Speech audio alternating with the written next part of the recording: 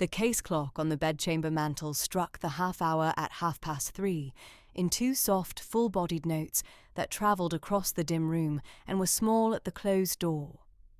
In the marble grate, the sea coal settled in a small, dry shifting that was not flame but the steady glow kept up through the night by quiet hands. Far off beyond the home park, a tawny owl called twice, and from the cedar by the stable, a second owl answered once, and then a small silence held the dark. From the bed, the slow, steady, soft breathing of the old woman came on, long, careful, drawing in slowly and out, yet more slowly, the rhythm of an 78th year laid quietly down. At the small writing desk by the window, a page was turned with a small dry rustle, the page of Cowper's Task, the second volume, at book the 5th, and the young woman at the desk took up reading aloud again in a steady, low voice that had carried through the candlelight from the close of dusk. At the close of the paragraph, she held a small silence for the old woman to breathe in. The breathing came on. She read on. The case clock struck the 3/4, 3 soft notes that travelled and were small at the door. The fire shifted. The owls were quiet now. The breathing from the bed slowed. A small further page was turned. The young woman read on in the steady, low voice. She read the lines of the country labourer at his evening rest, and the lines of the soft, small lamp upon the cottage sill. The breathing slowed further. The lines came out plain and steady upon the dim air.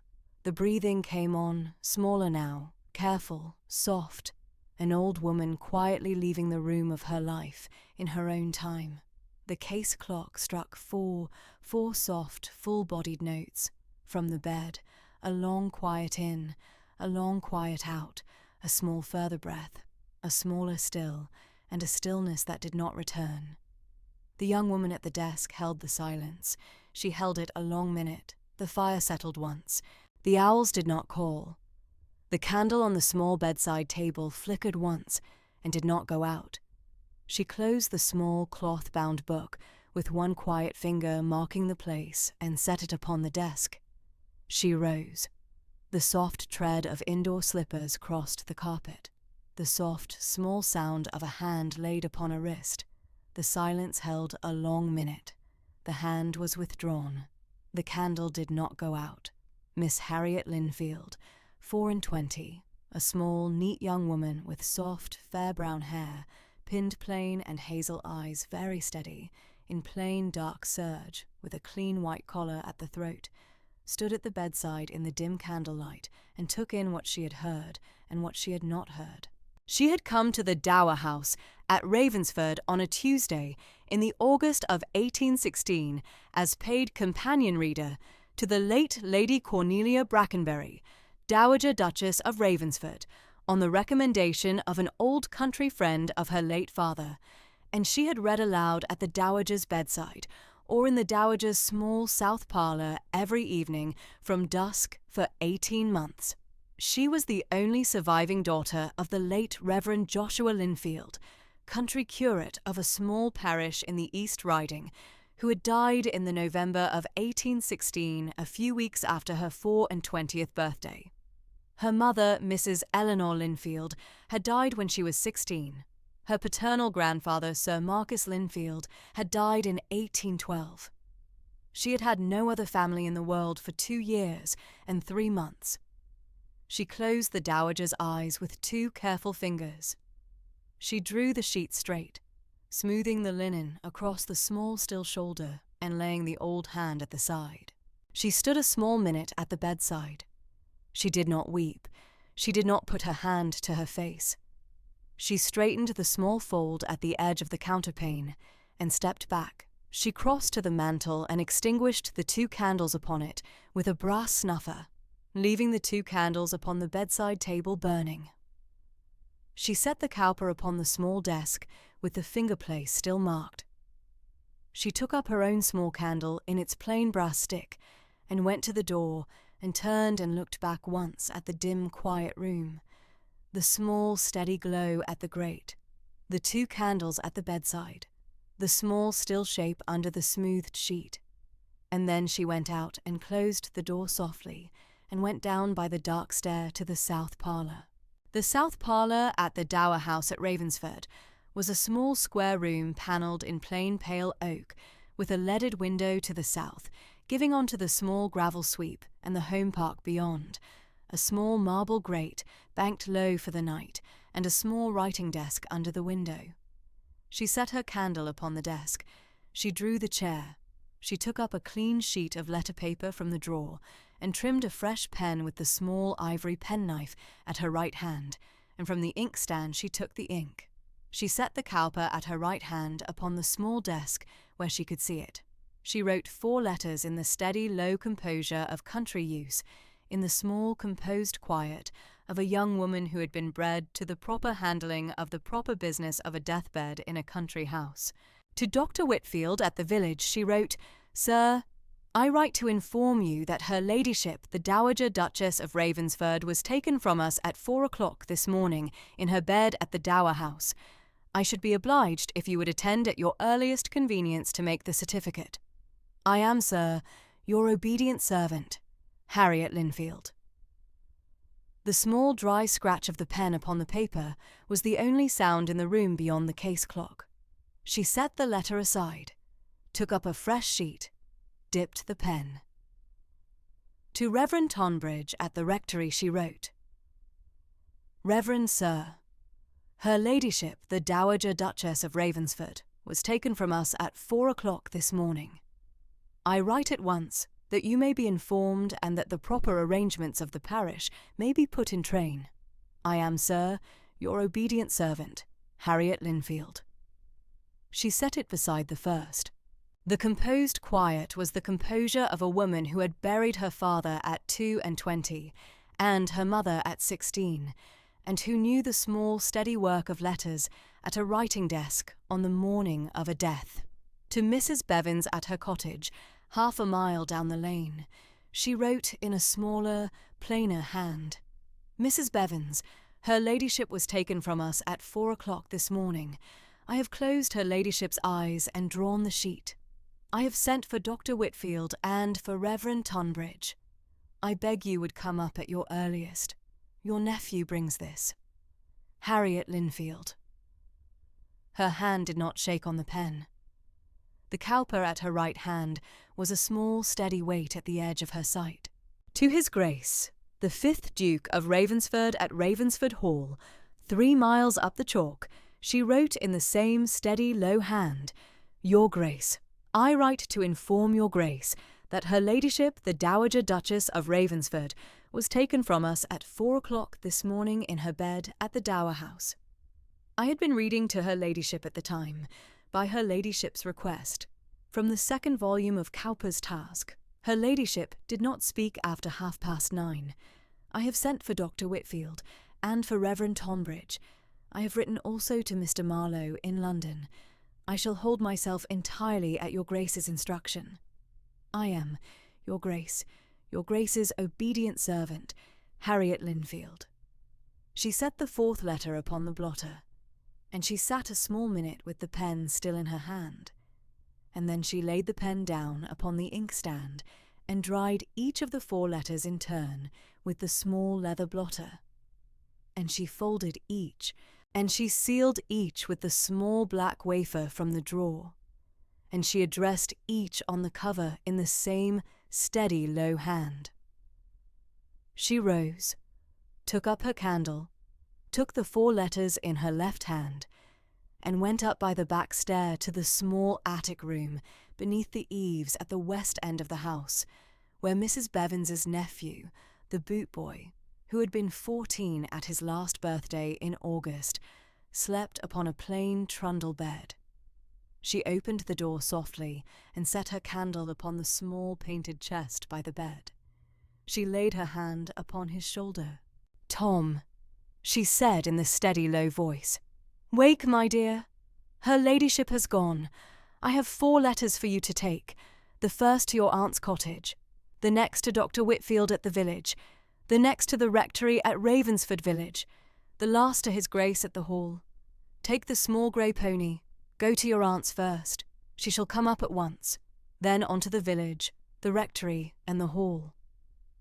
The boy sat up in the small candlelight and rubbed at his eyes once and said, "Miss," and put on his jacket and his boots and took the 4 letters from her and went down by the back stair to the stable. She heard the small soft sound of the stable door, then the small dry sound of the pony brought out, and then the small steady hoof sound of the pony down the gravel sweep and out by the south gate to the lane. She came down again to the south parlour and set her candle upon the desk and sat at the desk and took up the cowper and held it in her lap a long minute without opening it, and the case clock on the mantel struck the 5:15 in one soft note. Mrs. Bevins, 62, with soft grey hair beneath a plain linen cap and the steady grave countenance of 26 years in service at the Dower House at Ravensford, came up the lane in the cold November dark at 5:20 with the lantern her nephew had brought back, and at 5:30 she came in by the south court door with the boy at her shoulder and the lantern set down at the door. Harriet rose at the parlour and went out to her in the small flagged hall. "Mrs. Bevins," she said in the steady low voice. "Miss Linfield," said Mrs. Bevins, and she put off her cloak and her bonnet upon the hall peg and gave the boy a small steady look that sent him through to the kitchen. "Tom has told me on the lane. At 4 o'clock, miss." "At 4 o'clock, Mrs. Bevins. I had been reading. Her ladyship had asked for the 2nd volume of Cowper at 9:30. She did not speak after. It is what her ladyship had said it should be, miss. She had told me at Michaelmas. She told me she would go in the small hours and she should like to be read to. You did the proper thing for her ladyship, miss." "Thank you, Mrs. Bevins. I shall go up alone, miss, if you will permit me. I have been 27 years with her ladyship. I should wish to see her ladyship by myself a quarter of an hour." "Of course, Mrs. Bevins." Mrs. Bevins took the small candle in the hall and went up by the dark stair, and her tread was steady and slow upon the old oak. Harriet stood at the foot of the stair a small minute, and then went back into the south parlour and sat at the desk, and the case clock struck the 3/4 at 5:45. Mrs. Bevins came down at 5:45 exactly. She had not wept. She came into the south parlour and stood at the door a small minute and said, "Her ladyship has gone very plain, miss, very plain indeed. Now I shall make a cup of tea, and you and I shall sit, miss, and we shall settle what is to be done before his grace comes." She went through to the kitchen. Harriet heard the kettle upon the range, and the small dry sound of cups taken down, and the steady country movement of a woman of 62 at the proper morning's work. When Mrs. Bevins came back with the tray, she set it upon the small round table by the grate and poured. Harriet took her cup in both hands. The tea was hot and plain. Mrs. Bevins sat opposite in the small wing chair and held her own cup in her lap and said, "Dr. Whitfield shall be up directly the boy reaches him. That shall be by 6:30 at the latest. Reverend Tonbridge shall come after the village service, which on a Monday is the early service at 7. He shall be here by 7:30. Mr. Marlowe at Lincoln's Inn shall not have the letter until Tuesday afternoon by the regular post, which is in the proper way of it, miss. Her ladyship had said it should be so." Harriet inclined her head and took up her cup again. They drank the tea in the small, steady silence of 2 women settled to the morning's business.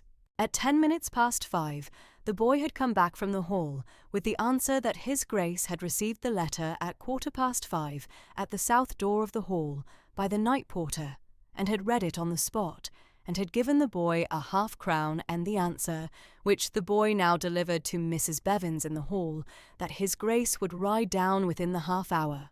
Mrs. Bevins came back into the parlour and gave Harriet the answer in the same plain country voice. "His Grace shall be here at 6:20, miss, on horseback. He shall come straight." Harriet inclined her head and set her cup upon the saucer. At a few minutes after 6, the under-housemaid, a steady country girl of 19, came down by the back stair for her day's work, and was met in the kitchen by Mrs. Bevins, who told her plainly that her ladyship had been taken in the small hours, and that the day's work was to be done as it ought to be done. The girl said, "Yes, Mrs. Bevins," and put on her apron and took up the kindling basket.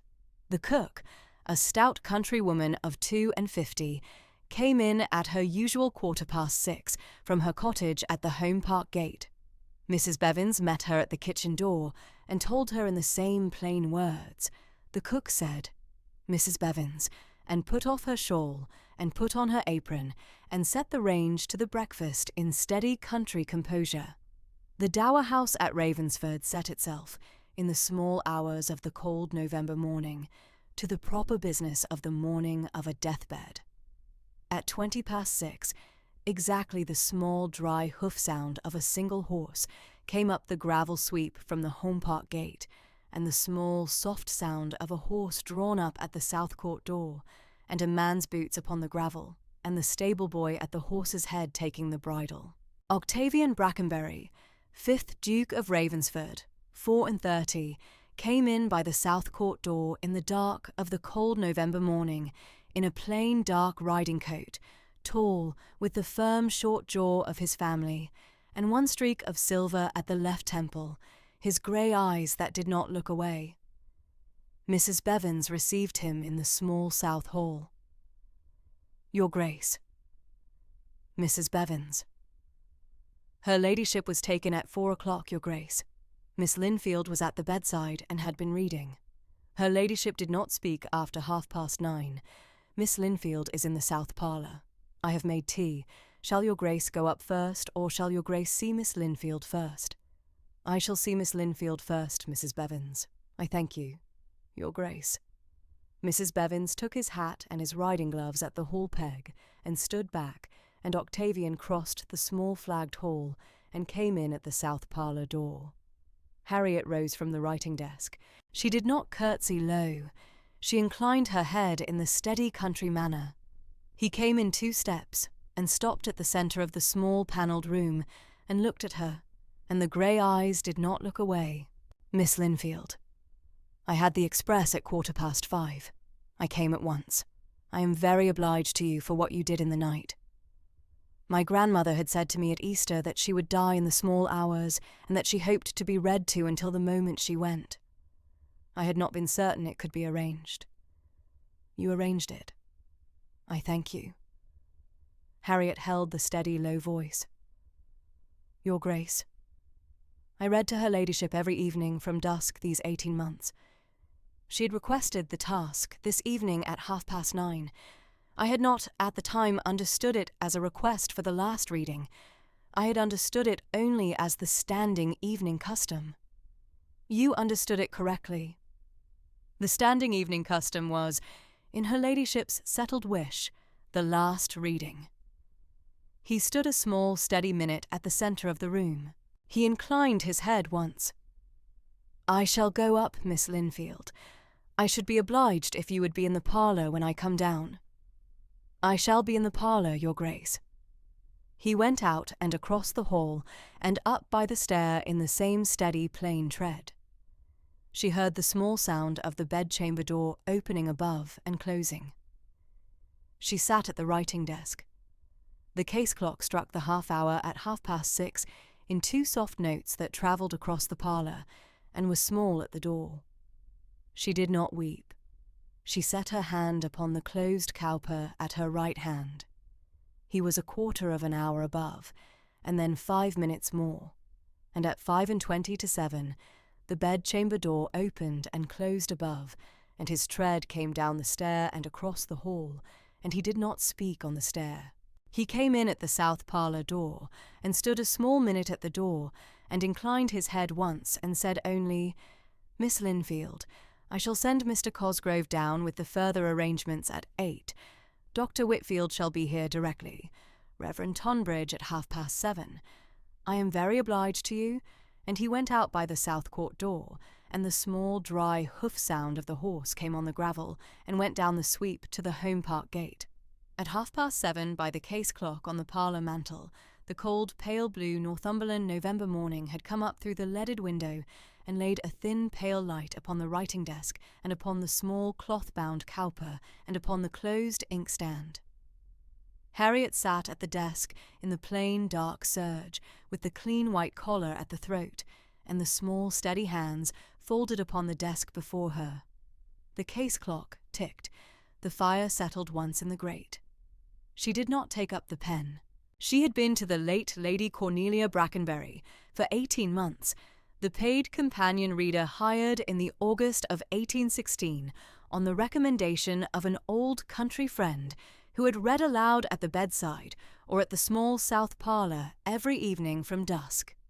She had read Cowper from the first week, and Burney through the long winter of 1816, and Edgeworth through the spring. She had been the walking companion in the small home park on the soft afternoons of 2 summers and 1 autumn, walking at the old lady's small, slow pace under the cedars. She had been the listener to the long, quiet stories of an 78-year-old life, of a girlhood in a country house in the West Riding before the American War, of an offer of marriage refused in 1772, of a marriage made in 1773, and a long, happy widowhood, begun in 1814. And she had been, in the small composed quiet of the dower house at Ravensford, the only constant company of an old lady who had outlived her husband and most of her friends. What the death of an 78-year-old lady at 4 a.m. meant to a young woman of 24 who had had no other family in the world since her father's death in the November of 1816 was, Harriet considered at the small writing desk in the cold, pale blue morning, a thing she did not yet know. She set her hand upon the cowper and held it there a small minute. The case clock struck the 3/4 at 7:45 in 3 soft notes that travelled across the small panelled parlour and were small at the door. Dr. Whitfield, a slim, grave man of 47 in plain black coat with a worn leather case at his side, came up the gravel sweep at 8:30 on the cold Tuesday morning of the 3rd of November. Mrs. Bevins received him and took his coat. "Dr. Whitfield, Miss Linfield is in the south parlour. His Grace was down at 6:20 and is at the hall now." Harriet came out and gave him her hand. "Dr. Whitfield, I thank you for coming directly." "Miss Linfield, will you take me up?" She took up a small candle and went before him by the front stair to the Dowager's bedchamber. The bedchamber was as it had been at 4 o'clock, curtains drawn, the candles burning low, the steady glow at the grate. Dr. Whitfield set his case and put on his spectacles and came to the bedside in plain professional gravity. He laid his hand upon the still wrist. He laid his ear at the still breast. He drew back. "Her ladyship is gone, Miss Linfield." "At 4 o'clock, by the case clock." "At 4 o'clock, by the case clock striking. I had been reading. It is what her ladyship had told me at Michaelmas it should be. She had wished to go quietly in the small hours, and she had told me she should be read to. You have done the proper service." He took out his pocket-book and a printed form and the inkstand, and trimmed his pen, and made the certificate of death at the chest. He signed it, dried it, and laid it upon the chest. "I shall leave the certificate with Mrs. Bevins for Mr. Marlowe. Her ladyship had reached her 78th year in fair country composure. It was not a long suffering. You may take that comfort." He bowed. She inclined her head. They went down together. He took his coat and his case, and went out by the South Court door to his gig. The morning went on in the steady country composure Mrs. Bevins had managed for 26 years. The under-housemaid set the parlour fires and brushed the carpets and laid the breakfast at 9, though Harriet ate only a small dry toast. The cook went to the village butcher at the proper hour. Higgs, the late Dowager's lady's maid since the year 97, had wept once at 6:45 in the back hall, and then had set herself to the morning's work. Mrs. Bevins went up at 11 and said, "Higgs, you and I shall set ourselves to it tomorrow, when Mr. Marlowe shall have come. Today we shall keep her ladyship quiet." Higgs said, "Yes, Mrs. Bevins." At 3 o'clock, Reverend Tunbridge, 54, the white-haired country clergyman of Ravensford parish, in plain black cassock and gold-rimmed spectacles, came up on his grey cob and was shown into the south parlour. He bowed. She rose. "Miss Linfield, I have come at His Grace's particular request. I am sincerely sorry. Reverend Tonbridge, I thank you. Will you sit?" He sat in the wing chair by the grate, and Mrs. Bevans brought tea. "His Grace and I have settled the arrangement for Saturday morning, Miss Linfield. The service shall be at 10 o'clock at St. Bede's. The family vault shall be opened. Her ladyship shall be laid beside the late 3rd Duke. Lady Mabel and Sir Adair Whitcomb shall come up from the West Riding. Mr. Marlowe shall be down by Wednesday noon. I shall write to her ladyship myself by the afternoon post." "That is proper. Her ladyship had given me her own request for the service 3 years ago, at the Michaelmas of 15, upon a slip of paper laid in my hand at the porch one Sunday morning. She had wished the 2nd Psalm of the burial service, the lesson from the 15th of 1 Corinthians, and the plain English country form throughout. Her ladyship was very plain in her wishes. Her ladyship was. I shall be honoured to read her plainly out." At 3:30 he rose, and Mrs. Bevans gave him his coat, and he went out and mounted his cob. Harriet sat at the writing-desk and wrote to Lady Mabel Whitcomb at Whitcomb Hall. "My lady, I have the painful duty of informing your ladyship that her ladyship the Dowager Duchess of Ravensford was taken from us at 4 o'clock on Monday morning. I had been reading at her ladyship's bedside through the small hours, by her ladyship's particular request, from the 2nd volume of Cowper's Task. Her ladyship did not speak after 9:30. The funeral is arranged for Saturday morning at 10 at St. Bede's. Mr. Marlowe is expected by Wednesday noon. I am, my lady, your ladyship's obedient servant, Harriet Linfield." She sealed it and laid it upon the silver salver for the afternoon post, which the boy took down to the village at 4 o'clock. On the Wednesday at noon, Mr. Marlowe of Lincoln's Inn, 1 a thin grey scholarly gentleman in plain black superfine with gold-rimmed spectacles and a small leather case at his side, came up the gravel sweep in a hired chaise from the village, having come in by the express overnight from London. Mrs. Bevans received him. He bowed to her and to Harriet. "Mr. Marlowe, I am Miss Linfield. His Grace expects you at the hall at 3. "Miss Linfield, before then I should be obliged if I might attend to her ladyship's correspondence box. I should wish to see it sealed in your presence and in Mrs. Bevans's, and laid in the Dower House safe under double seal until the day after the funeral, by her ladyship's deathbed instruction." "Of course, Mr. Marlowe." She took him up to the dressing-room. Higgs curtsied. The small black japanned correspondence box, a plain old country box of perhaps 18 inches by 12, with a brass clasp and a brass plate, engraved Cornelia Brackenbury 1772, stood upon the dressing-table where the late Dowager had kept it for 46 years. Mr. Marlowe bowed once over it. He took from his case a strip of red ribbon and black sealing-wax, and Mrs. Bevans fetched a spirit lamp, and Mr. Marlowe bound the ribbon about the box twice, and laid the seal of the late Dowager and his own seal upon a wafer of black wax at the front, and Harriet held the candle steady at his elbow. "You shall witness that the box has been sealed in your presence at 20 minutes past noon on Wednesday the 4th of November, and shall lie in the Dower House, safe under double key, until the day after her ladyship's funeral, by her ladyship's express deathbed instruction." He made the entry in his pocket-book, and Mrs. Bevans signed and Harriet signed beneath. Mrs. Bevans took up the box and went down by the back stair to the panelled book-room where the safe was set behind a painted panel, and she drew back the panel and laid the sealed box upon the upper shelf and locked the safe, and Mr. Marlowe inclined his head and said, "It is properly done." The Thursday and the Friday went on in the steady country observance proper to the household of an old lady lately dead. Harriet sat in the south parlour through the morning at the writing-desk, and answered the small condolences that had come in by the village post from a few old country friends of the late Dowagers, 4 letters in the morning and 3 in the afternoon. The blinds were down at the south parlour. The cook served plain meals in the breakfast room.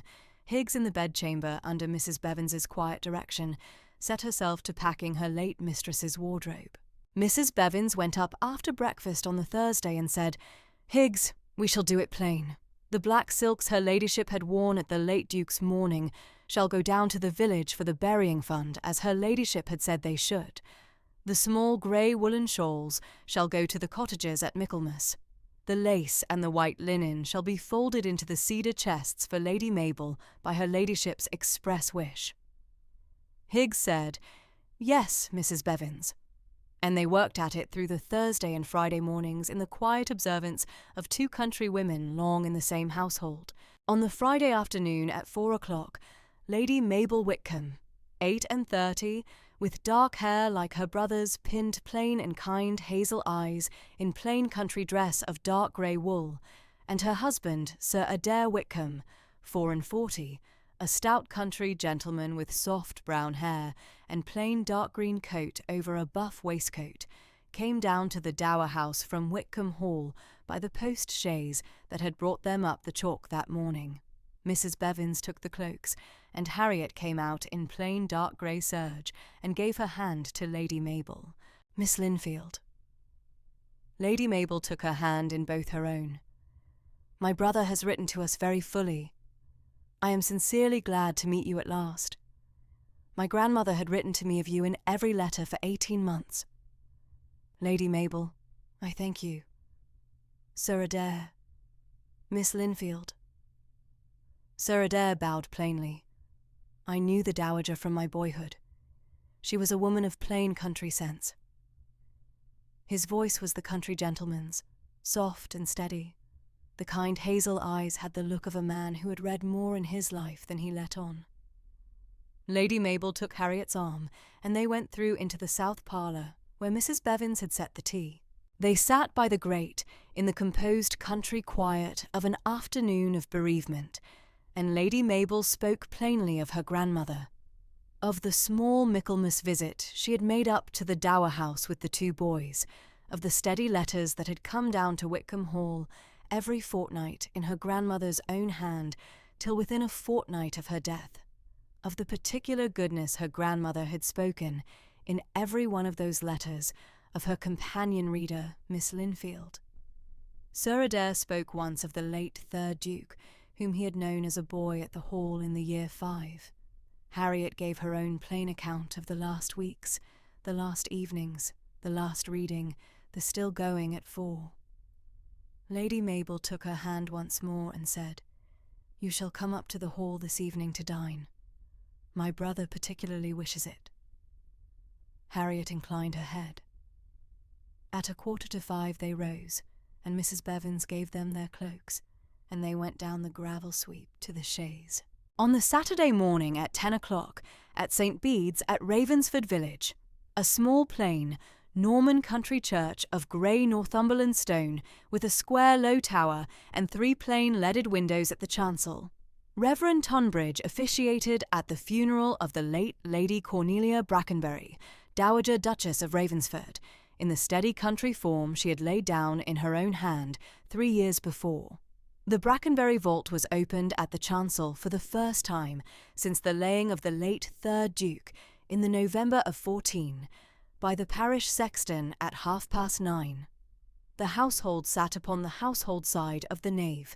At the front, the 5th Duke of Ravensford, with his sister, Lady Mabel Whitcomb, at his right, and Sir Adair Whitcomb beyond her.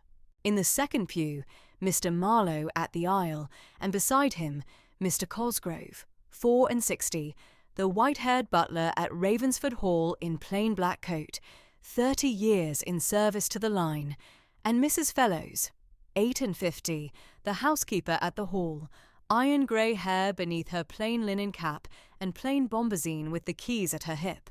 In the second pew, also Harriet, in plain black bombazine with the small jet brooch her father had given her at her 21st birthday at the throat. And beside her, Mrs. Bevins, and beside Mrs. Bevins, Higgs, who had wept once at the church porch and was steady now, the parish in the back pews. Reverend Tonbridge read the second psalm of the burial service in the steady, low country voice, and the lesson from the 15th chapter of the first epistle to the Corinthians and the plain English country form throughout. He spoke a short, plain sermon upon the steady country grace of a long life laid quietly down. The coffin was laid in the vault at 10:30 by the steady sound of the country sexton's tackle, and the slab was laid upon it, and the vault was closed. The household walked out into the cold, pale blue morning, and Reverend Tonbridge stood at the porch and gave his hand to each as they passed, and Harriet said, "Reverend Tonbridge, you read her ladyship out very plain," and he said, "Miss Linfield, I thank you. It is what her ladyship had wished."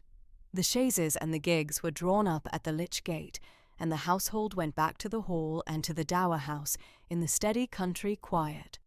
On the Sunday morning the household went up to St. Bede's again for the morning service in plain Sunday morning, and at 1 o'clock the small party, His Grace, Lady Mabel, Sir Adair, Mr. Marlowe, and Harriet at his particular request, sat to a plain dinner at Ravensford Hall in the breakfast room. They spoke little. At 2 o'clock Mr. Marlowe set down his glass and inclined his head, and Lady Mabel rose and said, "I shall sit in the morning room with Adair, Octavian. Miss Linfield shall come to us at her own time." She and Sir Adair went out. His Grace rose and offered his arm to Harriet. She laid her hand upon his sleeve, and Mr. Marlowe took up his case, and the three of them went down the south corridor to the south library at the south end of the hall. Mr. Cosgrove had laid the fire at the south library hearth at 12:15, and had drawn 2 wing chairs and the writing table to the south window. He had set the correspondence box, brought up from the Dower House safe by Mrs. Bevins and Mr. Marlowe, under double key that morning, upon the writing table. Mr. Marlowe set his case beside it. He laid out the late Dowager's deathbed instruction, in her own hand, dated the 17th of October last, that the box should be opened by her grandson, the 5th Duke of Ravensford, in the presence of her companion reader, Miss Harriet Linfield, on the day following her funeral, with no other party present beyond the solicitor of the family. Mr. Marlowe read the instruction aloud. He took the ivory penknife and broke the 2 seals with the small, dry sound of the wax cracking. He opened the box. Within there lay 2 papers only, a folded letter, the cover dated the 14th of May, 1772, and a small folded note in the Dowager's own hand, dated the 17th of August, 1816. Mr. Marlowe took up the note first, and read aloud, in the Dowager's own country hand, "I lay this note in my correspondence box, this 17th day of August, 1816, that it may be read after my death by my grandson and by my companion. I have this morning hired by the morning's post and by the letter of an old country friend, Miss Harriet Linfield, the granddaughter of the late Sir Marcus Linfield of Linfield Park, as my paid companion reader, never having met her. I have hired her, in plain composed wish, to repay an old kindness in the line, that I had refused her grandfather in the year 72, courteously and plainly, and that he had borne courteously and plainly to his end. I have not told Miss Linfield. I shall not tell her. I lay it here for her to know after my death. Cornelia Brackenbury." Mr. Marlowe took up the older letter, broke the small old wafer of red wax with the ivory penknife, and pushed it across to His Grace. His Grace read it once through. He laid it back. He looked at it a composed minute, then at Harriet, and he took the letter and held it across to her without rising. "Miss Linfield, it is a letter from your grandfather, Sir Marcus Linfield, to my grandmother, in the May of 1772, and the answer to her refusal of his offer of marriage. I should be obliged if you would read it now." Harriet took the small folded paper and laid it upon her lap and read it. The hand was her late grandfather's, the steady country hand she had known on his slip letters to her father in her girlhood, plainer at the close in the composed quiet of a young man of 25. My dear Miss Trentham, I have received your letter of the 12th instant. I receive your refusal in the plain, steady country grace in which you have given it, and I beg you to accept my own thanks for the plain country grace in which you have given it. I cannot but be grieved. Yet I shall not be the worse for having loved you, nor for the lesson of your refusal, which is the lesson of a woman of 21 refusing an offer she does not feel she can honour. I shall wish you with all my heart every steady happiness with my Lord Ravensford, whom I have known since our boyhood at Eton, and whom I esteem above any man of my acquaintance. I shall not raise the matter again. I beg the privilege of remaining your steady country friend, and the steady country friend of your house in the line to come. I am, dear Miss Trentham, your obedient servant, Marcus Linfield. Linfield Park, the 14th of May, 1772. Harriet read it a second time. She folded it, rose, came across to the writing table, laid the letter open before his Grace, and stepped back, and stood at the space between the writing table and the window, hands folded plainly at her waist. His Grace rose. He stood opposite her with the letter open between them. He looked at her a composed minute in the steady grey country eyes that did not look away. She returned his look in the steady hazel composure that had carried her since 4 o'clock on the Monday. Neither spoke. Mr. Marlowe, at the side, inclined his head once. The case clock struck 2:30 in 2 soft, full-bodied notes. Miss Linfield, I had not known. Your Grace, I had not known. My grandmother was a woman of composed country grace. She has done a plain thing. She has, Your Grace. He inclined his head. He took up the 1772 letter and laid it carefully into the correspondence box upon the small note of August 16. He closed the box and laid his hand once upon the lid in the steady low gravity of a man who would keep what his grandmother had laid down. Mr. Marlowe inclined his head. Harriet inclined hers. The Sunday afternoon at the South Library held its quiet. At 3:15, Harriet took her leave of Lady Mabel and of Sir Adair in the morning-room in the composed country fashion, and Mr. Cosgrove gave her her cloak at the south door, and she went out and down the gravel sweep and out by the south gate to the lane, and she walked the half-mile back to the Dower House by the cold, pale yellow November dusk drawing across the home park. The rooks were going home to the cedar by the stable. The cold, pale blue had gone from the sky, and a pale yellow lay along the west above the home park. She walked steadily. She thought of the 1772 letter folded back into the box in the South Library safe. She thought of her late grandfather, Sir Marcus Linfield, whom she had known as an old man of 70, 4 years before his death in 1812, in the small grey stone house at Linfield Park in the East Riding in the summers of her childhood. She had been 8 when she had last sat upon his knee, and he had read to her from a cloth-bound copy of Cowper's Task in the steady, low-country voice she had been born to. She had not known he had once, in the May of 72, written to a Miss Trentham of 21 in the steady country grace of a young man who had been refused. She had not known he had borne the refusal courteously and plainly to his end. She had not known her late grandmother had been the second choice of the steady old man she had loved as a child. She thought of the 18 months she had been at the Dower House. She had taken it to be the pure chance of an old country connection, the small, steady kindness of an old lady to the granddaughter of a country friend, the steady opening of a place for a young woman who had had no other place. She had not known it had been done in plain composed wish to repay an old kindness in the line. She had not known her late grandfather had been remembered, in the steady country grace of a woman of 78, 46 years, after the May of 72. At the South Court door, Mrs. Bevins met her with the small candle, and she went into the south parlour and sat at the writing desk and laid her hand once upon the cloth-bound copy of Cowper's Task that was still there. Monday the 9th of November. 1818 came in cold and clear over the home park at Ravensford, with the rooks in the elms and the small, early frost still upon the grass beyond the south terrace.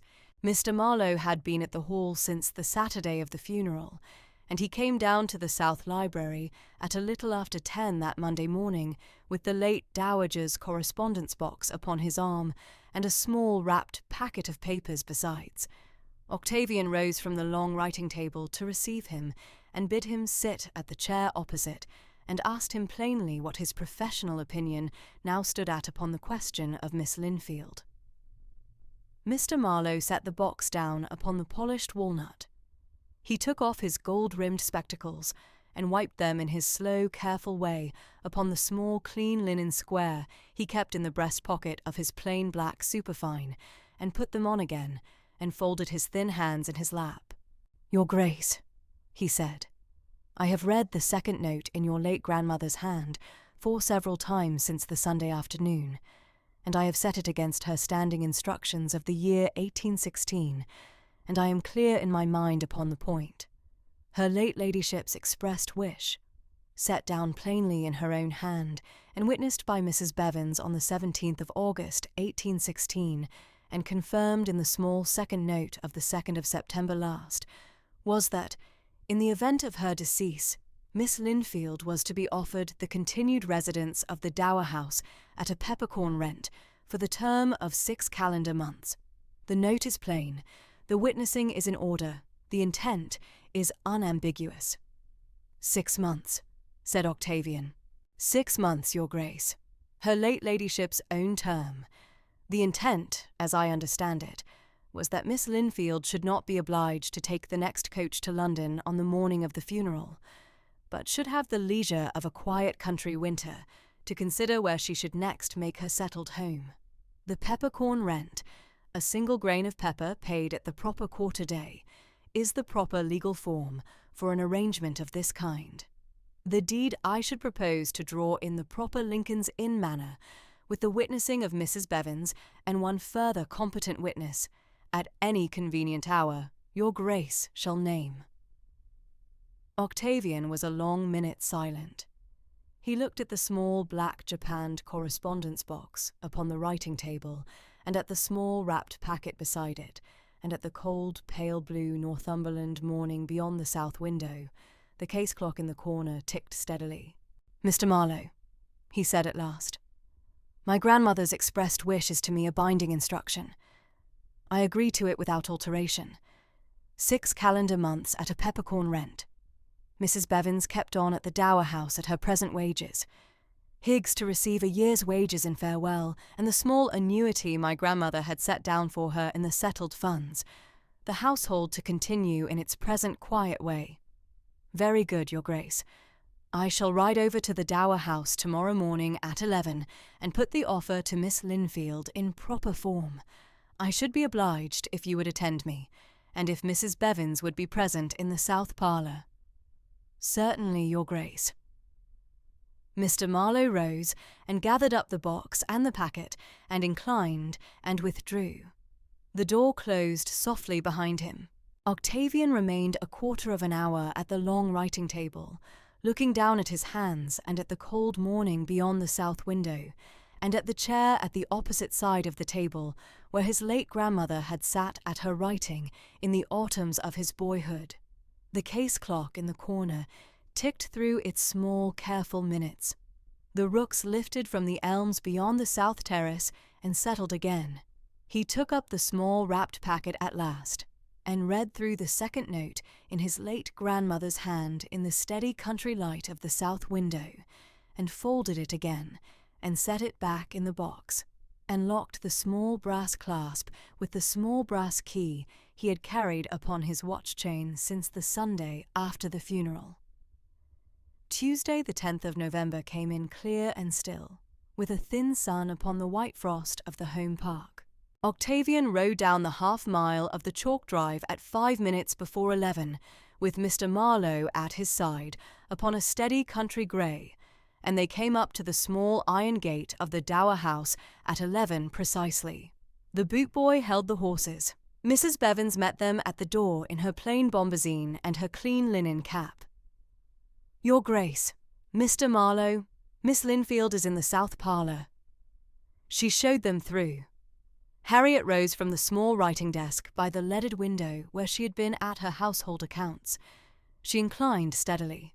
She was in plain dark serge with the clean white collar, the half-mourning of a paid companion of an old country lady, and her soft, fair brown hair was pinned plain, and her hazel eyes were very steady.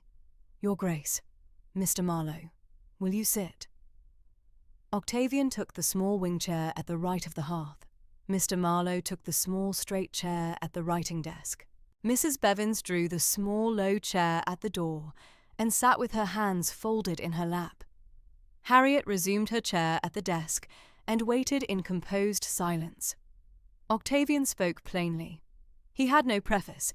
He laid out the matter in the manner Mr. Marlowe had drawn it in the South Library the morning before. The late Dowager's expressed wish of August 1816, confirmed in the second note of September last, that Miss Linfield should be offered the continued residence of the Dower house at a peppercorn rent for the term of 6 calendar months. The deed would be drawn in the proper Lincoln's Inn form. Mrs. Bevins would be kept on at the Dower house at her present wages. The household would continue in its present quiet way. Miss Linfield would be at her own leisure to consider where she should next make her settled home. He stopped. He looked at her plainly. Harriet was a half-minute silent.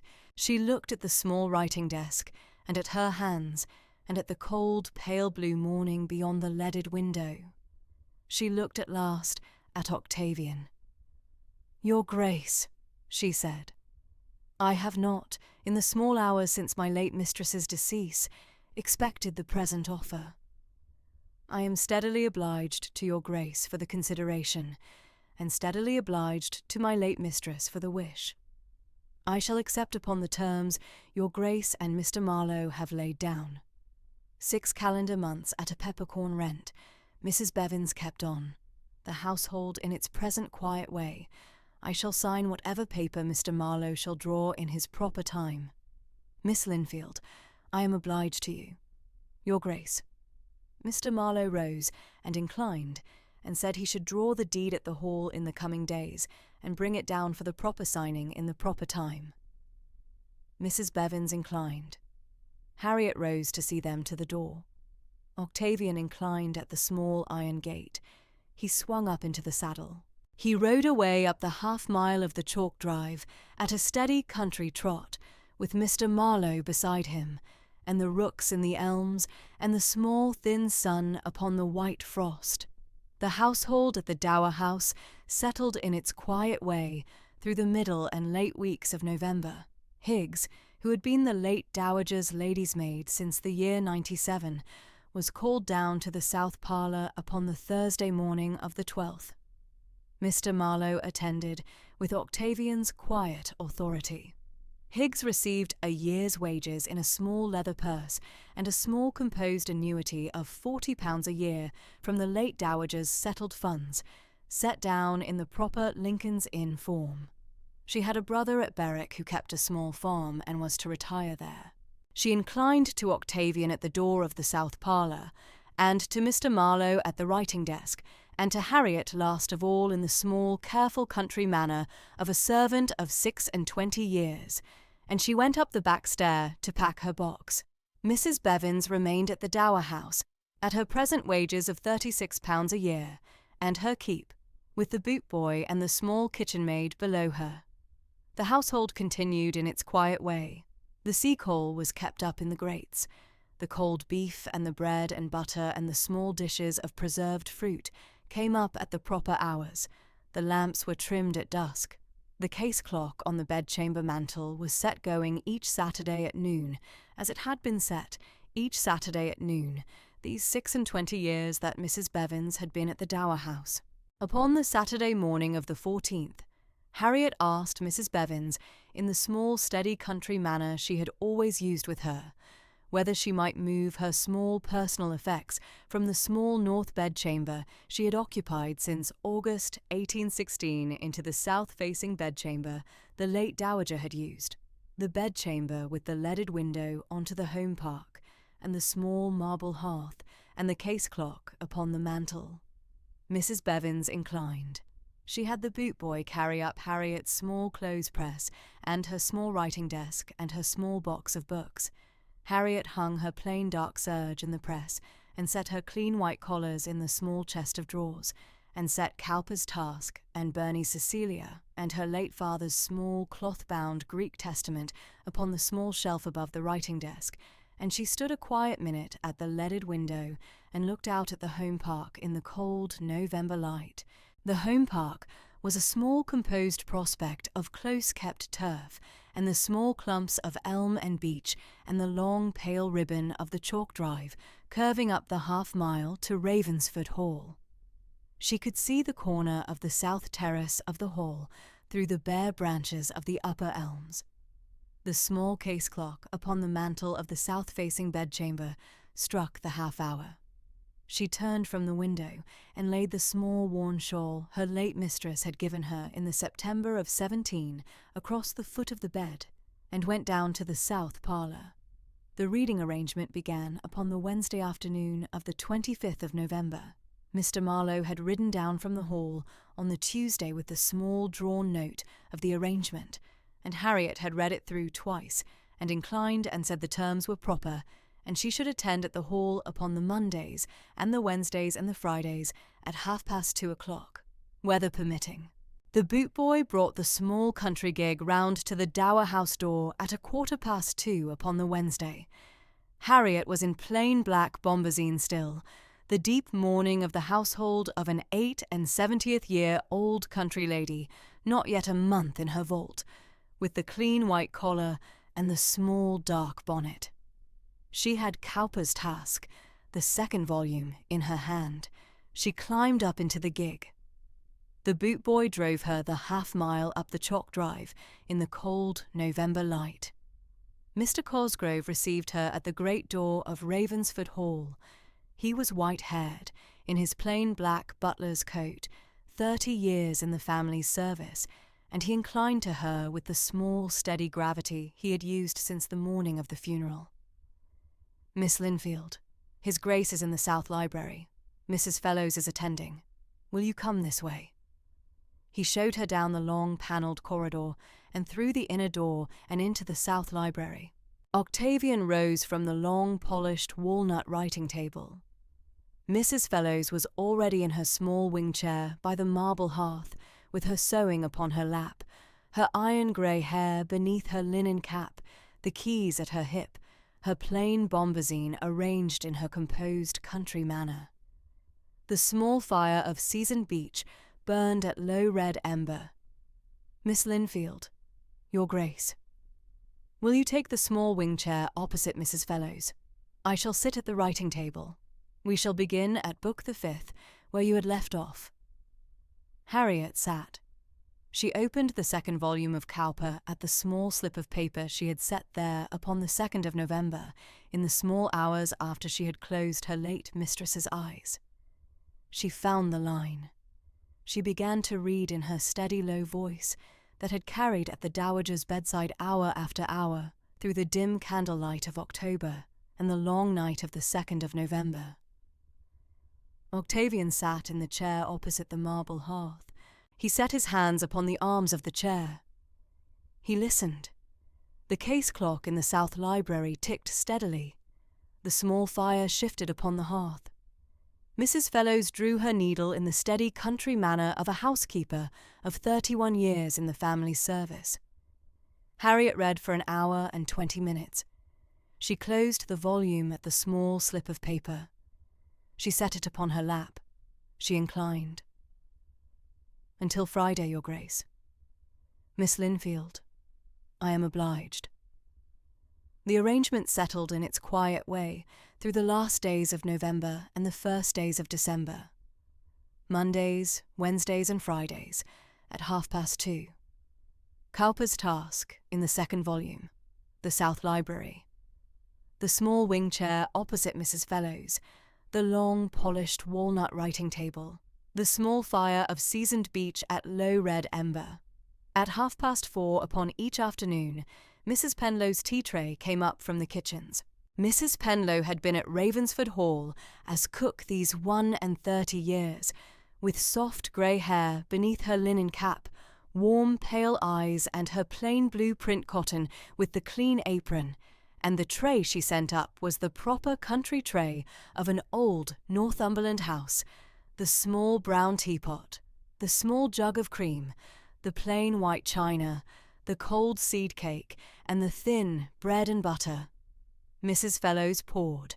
Harriet took a single cup. Octavian took 2. At 5:15, when the early winter dusk had come down upon the home park, Octavian rose from the chair opposite the marble hearth. He fetched his greatcoat from the hall. He fetched Harriet's small dark bonnet and her shawl from the small side table where Mr. Cosgrove had set them. He held the great door for her. He walked her the half-mile down the chalk drive to the small iron gate of the Dower house, with Mrs. Fellowes 3 paces behind in her own plain country cloak. He inclined at the small iron gate. He turned. He walked the half-mile back up the chalk drive in the cold dusk.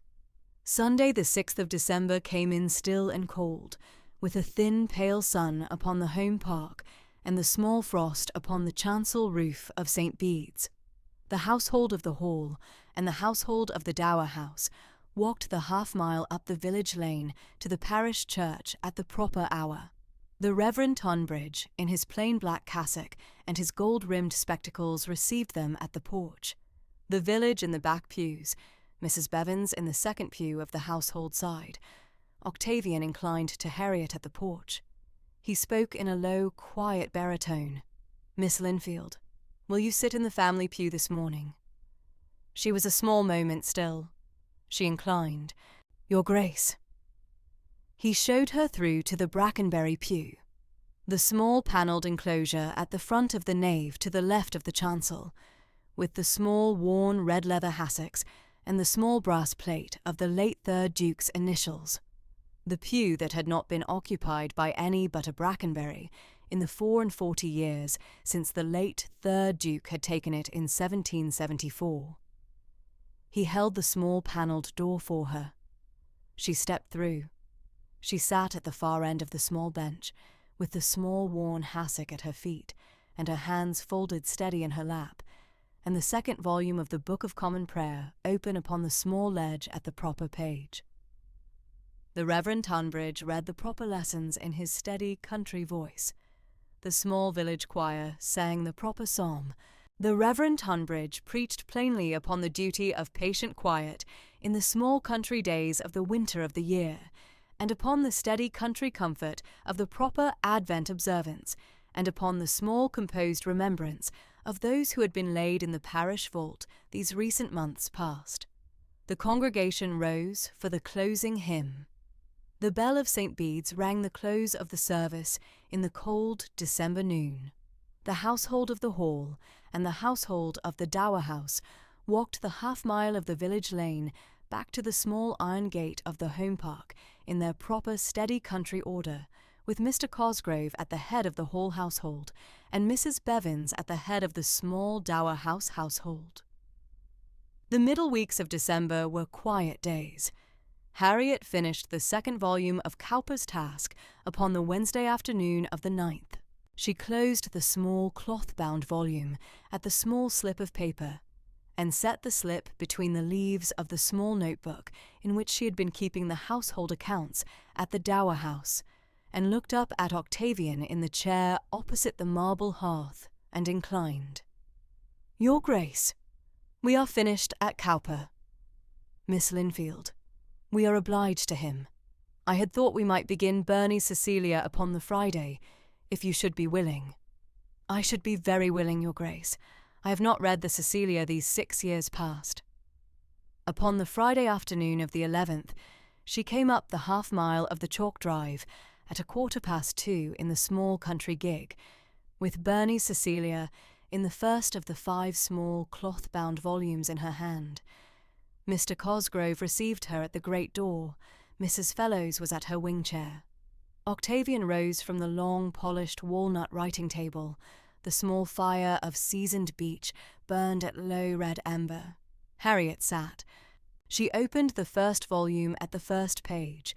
She read in her steady, low voice for an hour and 20 minutes. The small case clock in the South Library ticked steadily. Mrs. Fellows drew her needle. Mrs. Pendlow's tea tray came up at 4:30. Octavian walked her the half-mile back down the chalk drive at 5:15, with Mrs. Fellows 3 paces behind in her own plain country cloak.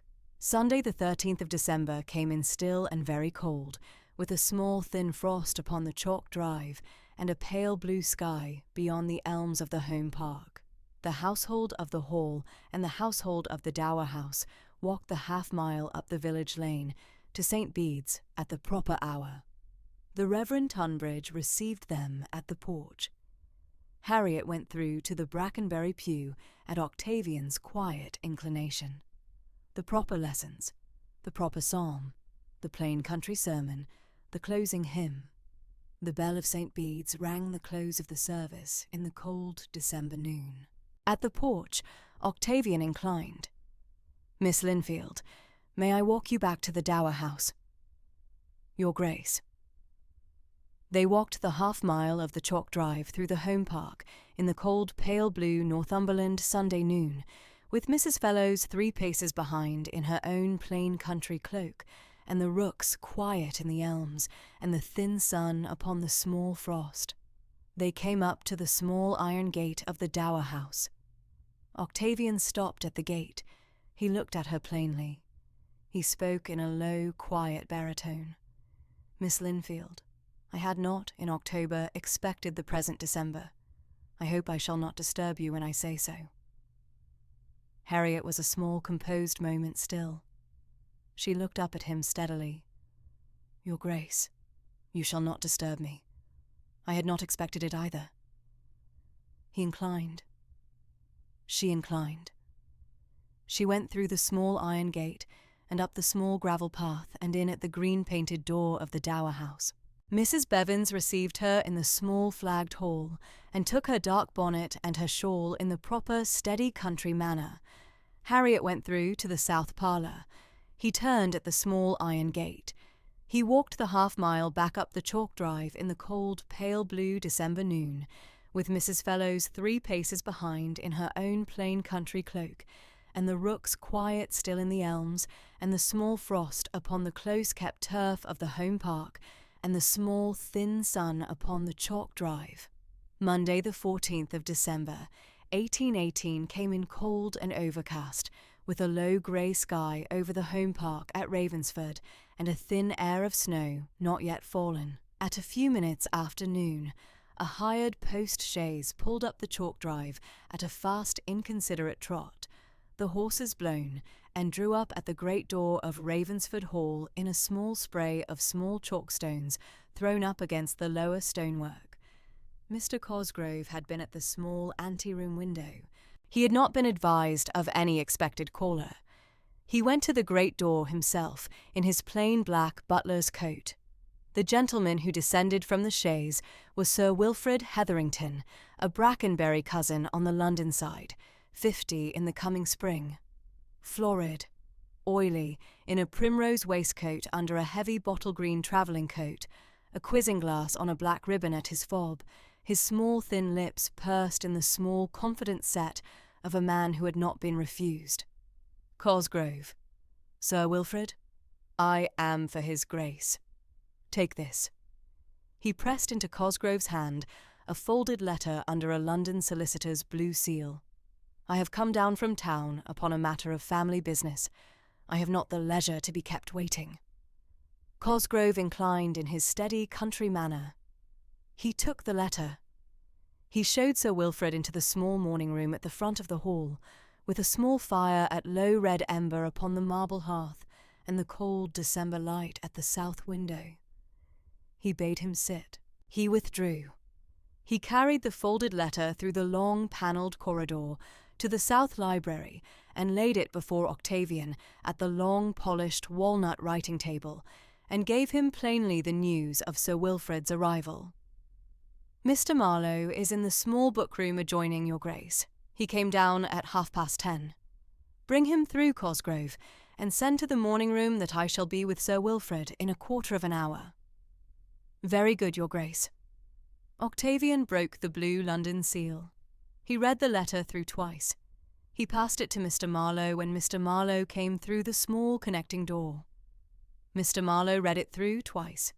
He took off his gold-rimmed spectacles and wiped them in his slow, careful way, and put them on again and looked plainly at Octavian. "Your Grace, this is the form of a London solicitor under instruction, drawn without the proper inquiry as to the disposition of your late grandmother's effects. The claim laid down is in 3 heads: the Brackenbury diamonds, valued in the 1812 assessment at £3,400, the small silver tea service of the 1768 wedding gift from the late 3rd Duke, and the small black japanned correspondence box. There is no foundation for any of the 3. Her late ladyship's will is upon the writing table of the South Library still. I shall fetch it through. Shall we receive Sir Wilfrid at the morning-room?" "We shall, Mr. Marlowe. Be so good as to bring the will." Mr. Marlowe went through to the South Library and returned in 2 minutes with the small bundle of papers under his arm. Octavian rose. They walked through the long panelled corridor in the cold December light, and into the morning-room, where Sir Wilfrid had risen from the small wing-chair at the hearth and stood with his quizzing-glass in his fingers in the small, confident set of a London cousin upon a country errand.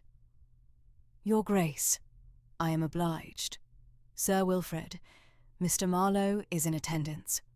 Sir Wilfrid's small, confident set wavered a small, composed half-second at the sight of Mr. Marlowe, with the will under his arm.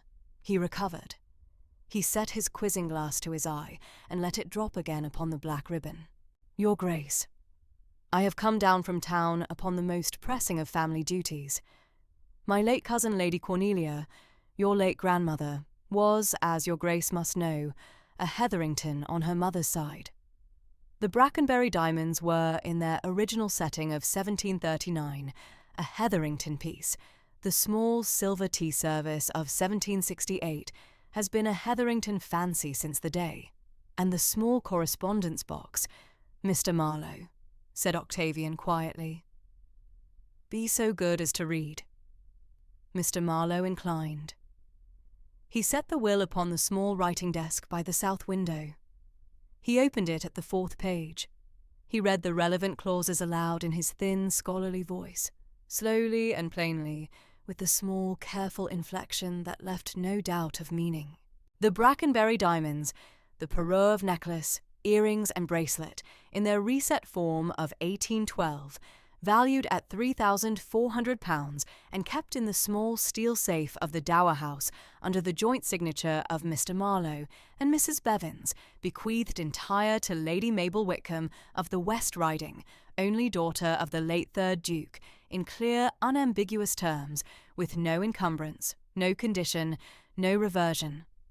The small silver tea service of 1768, the wedding gift of the late 3rd Duke to his bride upon the morning of their marriage, bequeathed to Ravensford Hall as a sideboard piece in perpetuity, to remain upon the Carrara sideboard of the great dining-room in the senior line, for so long as there should be a Duke of Ravensford to keep it. The small black japanned correspondence box bequeathed to Lord Octavian Brackenbury, 5th Duke of Ravensford, with its present contents entire and with no reservation whatever. He closed the will. He set it upon the small writing desk. He looked plainly at Sir Wilfrid over the gold rims of his spectacles. The morning-room was very still. Sir Wilfrid's florid colour rose. He blustered. He spoke of the 1839 setting, of his late mother's claim, of the 1768 wedding gift, of the prerogatives of a cousin in the senior London line. He spoke of Chancery, and of the proper inquiry, and of his London solicitor at Furnivall's Inn. His voice rose. The small, confident set of his lips became a small, wet-pursed knot. Octavian had not moved from the small wing chair opposite the hearth. He looked at Sir Wilfrid a long, composed half-minute. He spoke in the steady, cold composure of a man whose grandmother had been laid in the family vault 5 weeks past, and who had not since that morning raised his voice to any living soul. "Sir Wilfrid, you have my answer in a single sentence. My grandmother's effects pass by the strict construction of her will. You have no claim upon any of the items you have named. Mr. Cosgrove, his lordship is leaving us. Good morning." Mr. Cosgrove had been at the door these 3 minutes past. He stepped forward. He inclined. "Sir Wilfrid, the great door is this way." Sir Wilfrid opened his mouth. He closed it. He set his quizzing glass to his eye and let it drop again. He took up his hat and his gloves from the small side table. He inclined to Octavian with the small, stiff country manner of a man who had been refused. He went out at the door of the morning room and down the long panelled corridor with Mr. Cosgrove 3 paces behind. The great door opened. The great door closed. The hired post-chaise drove away down the chalk drive at the same fast, inconsiderate trot it had come up, and was small at the bend of the elms, and was gone. Sir Wilfrid had the chaise driven to the Black Bull at Ravensford village. The Black Bull was the small country inn upon the village green, kept by a Mr. and Mrs. Hardwicke of 23 years' standing, with 1 private parlour and 4 small bedchambers above the tap-room. He took the private parlour for the afternoon, and a bedchamber for the one night. He called for paper and ink and pen. He sat at the small deal table by the small leaded window, and wrote a long, furious letter to his London solicitor in Furnivall's Inn, a Mr. Pursglove, by the evening post. He demanded that a Chancery bill be filed at the earliest possible day. He claimed conspiracy. He claimed undue influence. He claimed that the late Dowager had been imposed upon in her last months by her paid companion reader, and that the present Duke was continuing the imposition by extending the companion girl's tenancy at the Dower House upon some forged document of the year 72. He demanded that no expense be spared. He sealed the letter with a small, heavy stamp of his Hetherington seal upon the red wax, and gave it to the post-boy at 4:30 with a small folded shilling under the seal as the proper country expedition. He took a small, indifferent supper of cold mutton and bread, and a pint of the small country ale in the private parlour at 6. He sat over the small dying fire in the parlour till 9. He retired at 9. He slept indifferently in the small country bedchamber above the tap-room, with the small village street, very quiet beyond the leaded casement. He had the chaise round at 9:30 upon the Tuesday morning. He paid his small reckoning to Mrs. Hardwicke of 6 and 8 pence for the bedchamber, the parlour, and the supper, and was driven away down the village street at the same fast, inconsiderate trot, southward upon the Newcastle road, and was gone. Tuesday evening, the 15th of December, came in clear and very cold, with the small frost upon the windows of the Dower House at dusk. Mr. Marlowe rode down from the hall at 5:30 upon the steady country grey he had taken these visits past. He had with him the small leather case in which he kept the engrossed deeds. He had drawn the formal 6-month deed at the long writing table of the South Library that morning and afternoon, in the proper Lincoln's Inn form, with the proper recitals and the proper herbendum and the proper peppercorn rent clause. Mrs. Bevins received him at the green-painted door. She showed him through to the south parlour, where Harriet was at the small writing desk, by the leaded window at her household accounts. She rose. She inclined. "Mr. Marlowe." "Miss Linfield. The deed is engrossed. I have brought it down for the proper signing. I have asked Mrs. Bevins to be present as witness, and Mr. Truscott, the Dower House gardener, to attend as the second competent witness. He is in the small flagged hall." "Very good, Mr. Marlowe." Mrs. Bevins brought through Mr. Truscott, a soft-spoken, plain country gardener of 33 years, upon the home park in his clean Tuesday coat. And the four of them stood in the small, composed country manor at the small writing desk by the leaded window.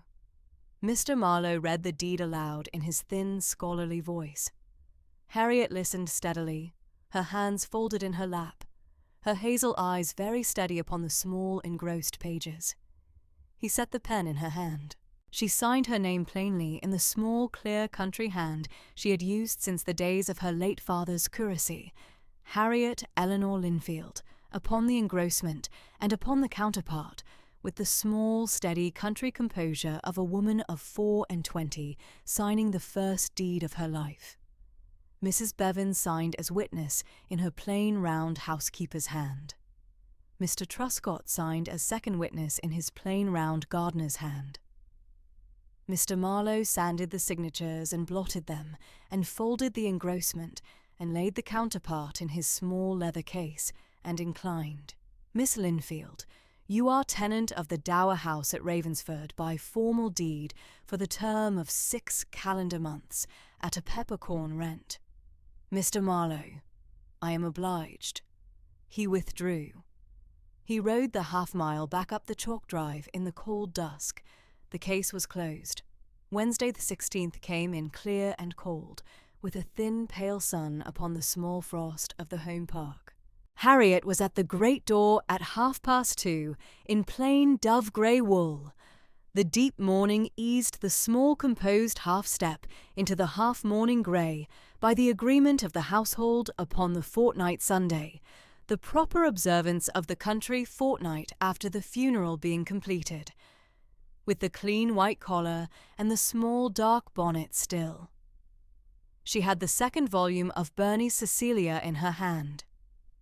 Mr. Cosgrove received her at the great door. He showed her through to the south library. Octavian rose from the long, polished walnut writing table. He looked at her a small, composed half-second. The dove-grey wool sat plainly upon her. Mrs. Fellows was at her small wing chair, with her sewing. The small fire of seasoned beech burned at low red ember. Miss Linfield, Your Grace. She sat. She opened the second volume of Cecilia at the small slip of paper. She read in her steady low voice for an hour and 20 minutes. Octavian listened in the chair opposite the marble hearth with one new attention. She thought, in the small composed undercurrent of her mind that ran below the steady measured reading of Burney's prose, upon the Monday morning past. She thought upon the steadiness with which the Duke had received the London cousin in the morning-room. She thought upon the single sentence he had spoken in the steady, cold composure she had not before observed in him. He had not raised his voice. He had not flushed. He had not lost his composed country gravity for one moment together. He had laid down the matter in a single sentence, and the London cousin had been at the great door before the case clock in the morning-room had struck the quarter. She had not, in the 18 months of her companion's residence at the Dower House, had any cause to consider his Grace under the small, confident pressure of an inconsiderate guest. She had it now. He was, she thought, exactly the man his grandmother had taken him to be. She closed the volume at the small slip of paper at the end of the hour and 20 minutes. Mrs. Penlow's tea-tray came up at 4:30. The small brown teapot, the small jug of cream, the plain white china, the cold seed cake, the thin bread and butter, in the proper, steady country manner, Mrs. Penlow had kept these 31 years. Mrs. Fellows poured. Harriet took her single cup. Octavian took his 2. Octavian walked her the half-mile back to the Dower House at 5:15, with Mrs. Fellows 3 paces behind in her own plain country cloak, the cold dusk coming down upon the home park and the small first stars of the early winter evening above the elms. The days from Thursday the 17th through Sunday the 20th were a quiet plateau. The household at Ravensford observed the proper deep mourning still. 5 weeks short of the 6 calendar months that the country observance had set down for the family of an 78-year-old country dowager. There were no Christmas decorations within the hall. There were no greens hung over the lintel of the great door, no holly upon the chimney pieces of the long gallery, no kissing bough in the small anteroom. The parish church kept its proper country observance, the small bunches of holly and ivy upon the chancel rail, set up by the Reverend Tonbridge's 2 daughters upon the Thursday morning, and the small festoon of evergreen above the chancel arch. But the dower house and the hall kept their private deep mourning for the late dowager. The reading arrangement continued. Burney's Cecilia upon the Wednesday and the Friday, the small wing chair opposite Mrs. Fellowes, the long polished walnut writing table, the small fire of seasoned beech at low red ember, Mrs. Penlow's tea tray at 4:30, the walk down the chalk drive at 5:15. Christmas Day, Friday the 25th of December, came in cold and clear and pale blue.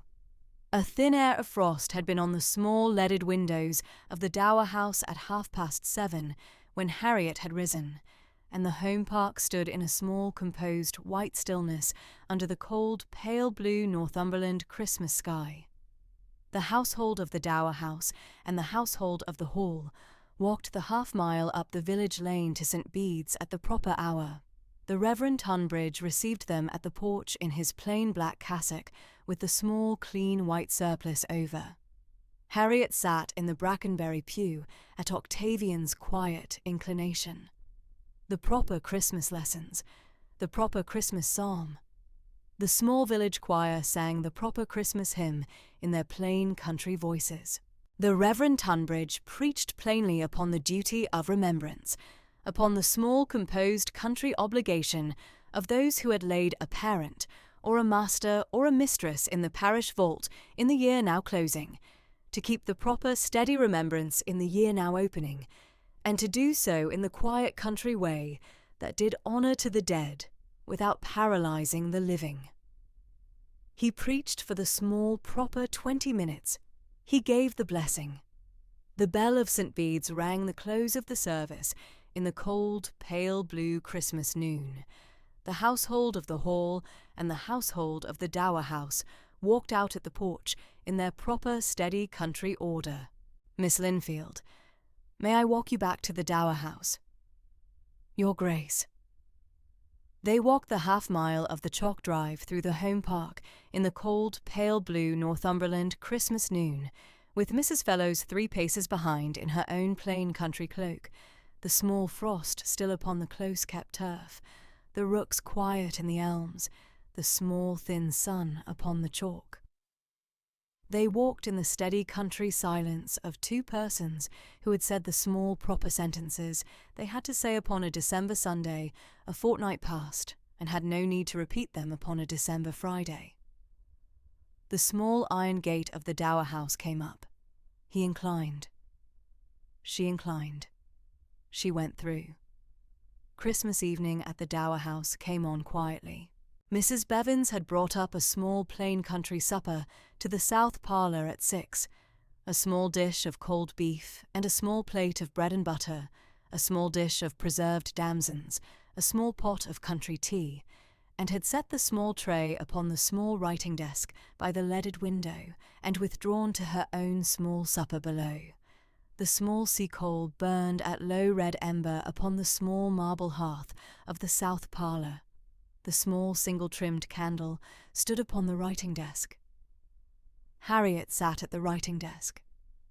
She had eaten the small plain country supper in the steady, careful manner of a woman who had lived these 18 months in a small 2-handed country household. She had set the tray aside. She looked out at the leaded window upon the home park in the cold, pale blue Christmas dusk. She thought upon what the 11 weeks since the 2nd of November had made of her. She had been, upon the morning of the funeral, a paid companion reader of an 78-year-old country lady, with no settled prospect beyond the next London coach and a small letter of recommendation from Mr. Marlowe to a London agency for the placing of young women in small, respectable household situations. She was, upon the evening of Christmas Day, the tenant of an estate dower house under a 6-month peppercorn deed in the proper Lincoln's Inn form, signed by her own hand and witnessed by her late mistress's housekeeper and the home park gardener. She had read at the hall 3 afternoons a week these 4 weeks past in the South Library, with Mrs. Fellows present and her sewing. She had walked the half-mile of the chalk drive back to the dower house with the Duke of Ravensford at the close of every Sunday afternoon, and at the close of this Christmas morning with Mrs. Fellows 3 paces behind. She had heard the Duke say upon the small iron gate of the dower house upon a December Sunday that he had not, in October, expected the present December. She had heard herself say, in the small, steady country voice she had used at the Dowager's bedside hour after hour, that she had not expected it either. And she had not known, until she had read the small folded letter of the 14th of May, 1772, in the South Library of Ravensford Hall upon the Sunday after the funeral, that her own grandfather, Sir Marcus Linfield, had been the man her late mistress had refused for love of the late 3rd Duke. She did not know what to do with the knowledge yet. The knowledge had stood at the back of her composed, steady country mind for these 7 weeks, and had not moved forward, and had not gone away.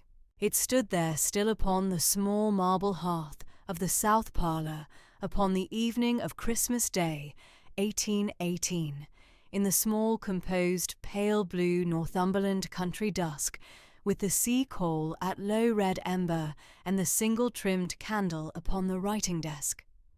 She closed the small writing desk. She put out the candle upon the writing desk. She took up the small bedchamber candlestick from the small side table by the door.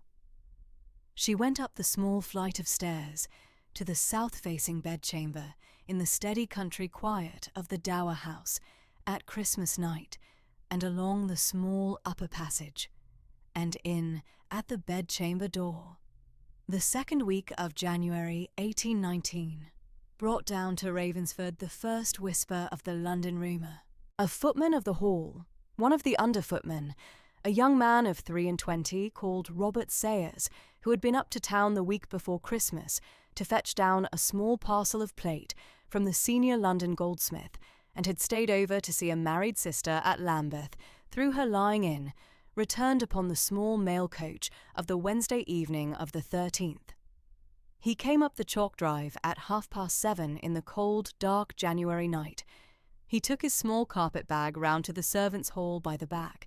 He told the small kitchen staff at supper, in the steady, careful country manner of an under-footman of long acquaintance, what he had heard at the small public house off Bond Street, where the senior London goldsmiths' men took their pint of an evening. Mr. Cosgrove had the matter from the kitchen staff at 9:30.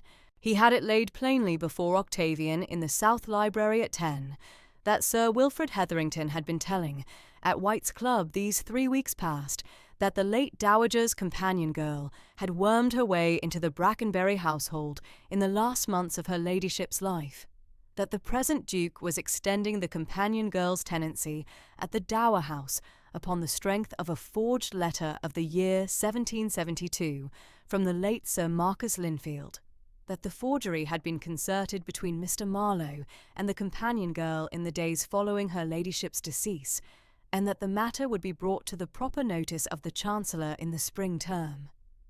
Octavian heard him through in steady cold composure at the long polished walnut writing table. He thanked Mr. Cosgrove. He bade him keep the kitchen staff to their proper steady country silence upon the matter. He sat at the long writing table a quarter of an hour after Mr. Cosgrove had withdrawn. The small fire of seasoned beech burned at low red ember upon the marble hearth. The case clock in the corner ticked steadily. The small thin January frost was upon the south window. He took up the pen at last, and drew the small sheet of his proper writing paper toward him. He wrote at the long polished walnut writing table, by the single trimmed lamp, at the small careful country pace of a man drafting an express. He wrote to Lady Mabel Whitcomb, at the small estate of Whitcomb Park, in the West Riding, where she and Sir Adair had been since the 18th of November, when they had ridden home from the funeral by way of Newcastle. He laid the matter plainly. He set down the substance of the London rumour in 4 composed sentences. He requested, in the steady country manner of a younger brother to a married elder sister of 40 years' acquaintance, that she should come up to town for the latter half of January and the first week of February, take a small set of rooms at Mivart's in Brook Street, and call upon 3 drawing-rooms in the proper order to set the matter steadily straight. He named the 3 drawing-rooms: Lady Sefton in Carlton House Terrace, the Duchess of Devonshire in Piccadilly, the Countess Spencer in St. James's Place. He set down in 3 further composed sentences the 3 facts she was to lay plainly in each drawing-room. He sealed the letter under the small red wax of his proper ducal stamp. He gave it to Mr. Cosgrove for the morning's express. The express went down to London upon the Thursday afternoon, and was at Whitcomb Park upon the Saturday morning at 11. Lady Mabel was at her breakfast table when it came up. She read it through twice. She wrote her steady country reply within the half hour, and sent it back upon the same express rider. She would come. She would be at Mivart's by Wednesday the 20th of January. She would call in the 3 drawing-rooms in the proper order. She would set the matter straight in the 3 composed sentences her brother had laid down. She inclined to the steady country wisdom of her brother's instruction, and would not improvise. She would write to him from Brook Street upon the close of each week. She was at Mivart's by the Wednesday afternoon of the 20th, as she had said. Sir Adair had come down with her in the carriage as far as Stamford, and had turned back for the west, riding upon the Tuesday morning. Lady Mabel kept her own quiet way at Mivart's in a small set of 3 rooms upon the 2nd floor, with her own maid and 1 footman, and her plain country bombazine, and the small carriage hired by the week from a coachman of Long Acre. She called upon Lady Sefton upon the Thursday afternoon of the 21st of January at 3:30. Lady Sefton received her in the small yellow drawing-room of Carlton House Terrace. Lady Mabel sat upon the small sofa opposite. She drank her single cup of tea. She laid the matter plainly in the 3 composed sentences her brother had set down. The late Dowager Lady Cornelia Brackenbury's deathbed instruction, written in her own hand at the Dower House at Ravensford, upon the small bedside table on the 28th of October, 1818, and witnessed by Mrs. Bevans, her housekeeper, and Higgs, her lady's maid, and sealed under her ladyship's private seal, was at present in the keeping of Mr. Sidney Marlowe of Lincoln's Inn, and might be inspected by any properly accredited party at any reasonable hour. The letter of the 14th of May, 1772, from the late Sir Marcus Linfield to the late Dowager, was in Sir Marcus's own hand, and had been verified at Mr. Marlowe's instruction by 2 independent handwriting experts of London standing, Mr. Pettifer of Threadneedle Street and Mr. Crowther of Lincoln's Inn, both of whom had had access to several years of Sir Marcus's correspondence at his late grandson's estate at Linfield Park, and both of whom had set their professional opinion in writing that the letter was indisputably in the hand of Sir Marcus. Miss Linfield was at present resident at the Dower House at Ravensford, under a formal 6-month deed at a peppercorn rent, drawn in the proper Lincoln's Inn form by Mr. Marlowe upon the express written instruction of the late Dowager, dated August 1816. She was under the standing chaperonage of Mrs. Bevans, who had been in the late Dowager's service since the year '92. She read at Ravensford Hall in the South Library 3 afternoons a week, in the proper company of Mrs. Fellows, the housekeeper of the Hall, who had been in the Brackenbury service since the year '87. Lady Sefton inclined her composed, elegant head. She thanked Lady Mabel for the steady country plainness of the laying down. She would speak to the proper persons. She would speak to them within the week. She had not, she said in the steady London manner, much patience with a London cousin of the Hetherington stamp upon a matter of this kind, and she had known the late Dowager Lady Cornelia, these 41 years. Lady Mabel called upon the Duchess of Devonshire upon the Monday afternoon of the 25th at 3. She was received in the small green sitting room at Piccadilly. She drank her single cup of tea. She laid down the 3 composed sentences a second time in the steady country manner her brother had set down. The Duchess inclined her steady London head. She would speak to the proper persons. She had heard the Sir Wilfrid story at her own drawing-room before Christmas, and had given it the small composed half-credit she gave to all such stories until they should be put plainly to the proof. She gave it now the small composed, full discredit it deserved, and would say so where it should do most good. Lady Mabel called upon the Countess Spencer upon the Thursday afternoon of the 28th at 4.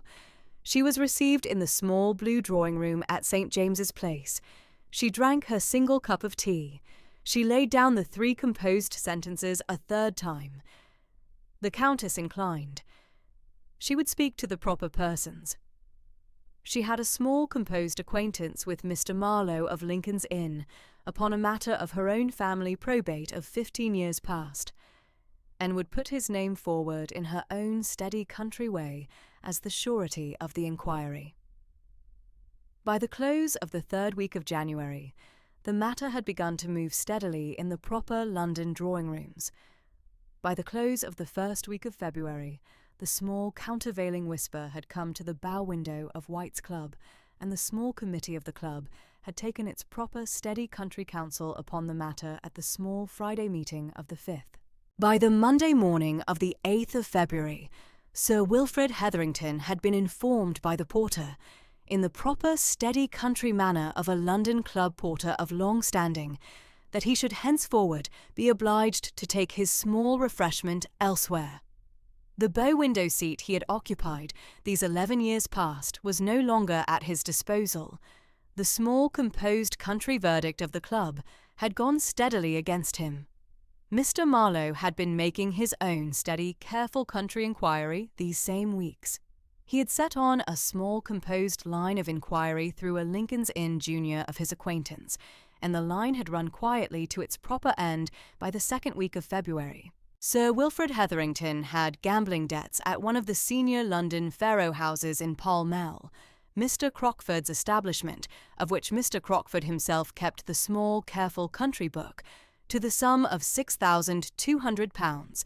His small Furnival's Inn solicitor, Mr. Pursglove, could not file a chancery bill upon a matter of contested probate without a fee of £150 paid in advance, and Sir Wilfrid had not the £150. The threat collapsed in the 2nd week of February, without the filing of a single sheet of paper. Mr. Marlowe brought down the small composed note of the matter to the hall upon the Tuesday morning of the 9th, and set it before Octavian at the long polished walnut writing table. Octavian read it through. He laid it aside. He took up the pen and went on with the small composed letter to his land steward upon the question of the Home Park fencing. February at Ravensford was very cold and very clear, with a small steady frost upon the Home Park morning after morning, and the small thin pale winter sun upon the chalk drive at the proper hour of the afternoon. The reading arrangement continued at the small proper rhythm. Mondays, Wednesdays and Fridays at 2:30 in the South Library, with Burney's Cecilia in the 4th and then the 5th volume, and Mrs. Fellows at her sewing in the small wing chair, and Octavian in the chair opposite the marble hearth, and Mrs. Penlow's tea tray at 4:30. But the walk back to the Dower House had altered. Octavian no longer walked Harriet down the chalk drive, only upon the Sundays and the small occasional Wednesday afternoon. He walked her down the chalk drive at the close of every afternoon, Mondays and Wednesdays and Fridays, at 5:15 precisely, with Mrs. Fellows 3 paces behind, in her own plain country cloak. The 4-mile round walk, the half-mile up the chalk drive in the proper cold winter afternoon, the half-mile down again, and the half-mile up again in the cold dusk, and the half-mile back to the hall in the dark, had become the central rhythm of his day. He spoke to her of the small composed country things, the home park fencing, the small Tuesday hunt of the Ravensford foxhounds, the small steady country sermons of the Reverend Tonbridge, the small steady country state of the parish poor list under the proper care of Mrs. Bevans and Mrs. Fellows, in the steady, low, quiet baritone he had used at the small iron gate upon the Sunday of the 13th of December. She answered in her steady, low voice. Mrs. Fellows was 3 paces behind in the steady country quiet of the home park at the cold, pale blue Northumberland dusk. The boot-boy from the hall came down half an hour after with the small carriage lamp in the steady country manner Mr. Cosgrove had instituted the 3rd week of February, to bring his Grace back up the chalk drive at the close of the small steady country evening, the small carriage lamp swinging at the small composed country pace of a boy of 15 upon the chalk in the dark. Lady Mabel returned from town upon the Saturday evening of the 13th of February.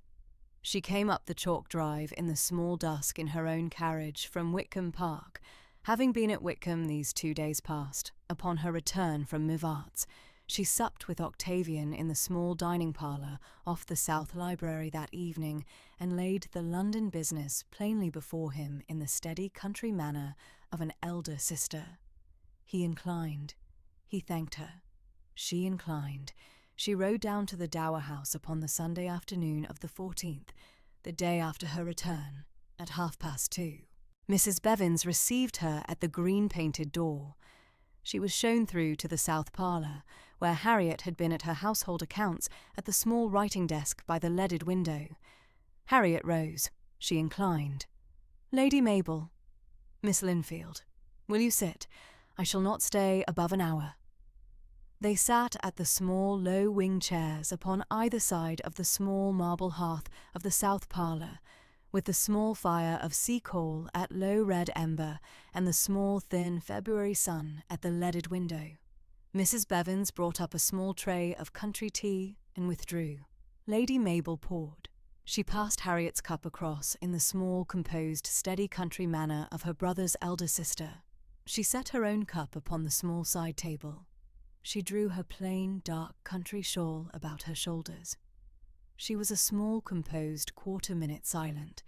She looked at Harriet steadily across the small marble hearth. She drew a small, composed breath.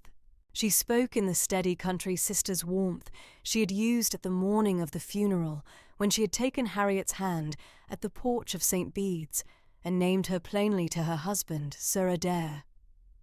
"Miss Linfield, my brother has not been the same man since the 2nd of November. I had thought, in the autumn, that he was grieving for our grandmother. I am clear now that he is doing one further thing.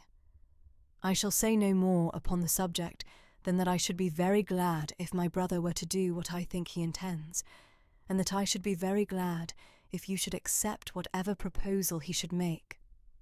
I have said my piece. I shall not raise it again." Harriet was a small, composed half-minute still. She looked at Lady Mabel steadily. She set her cup upon the small side table at her own elbow. "Lady Mabel, I am very obliged.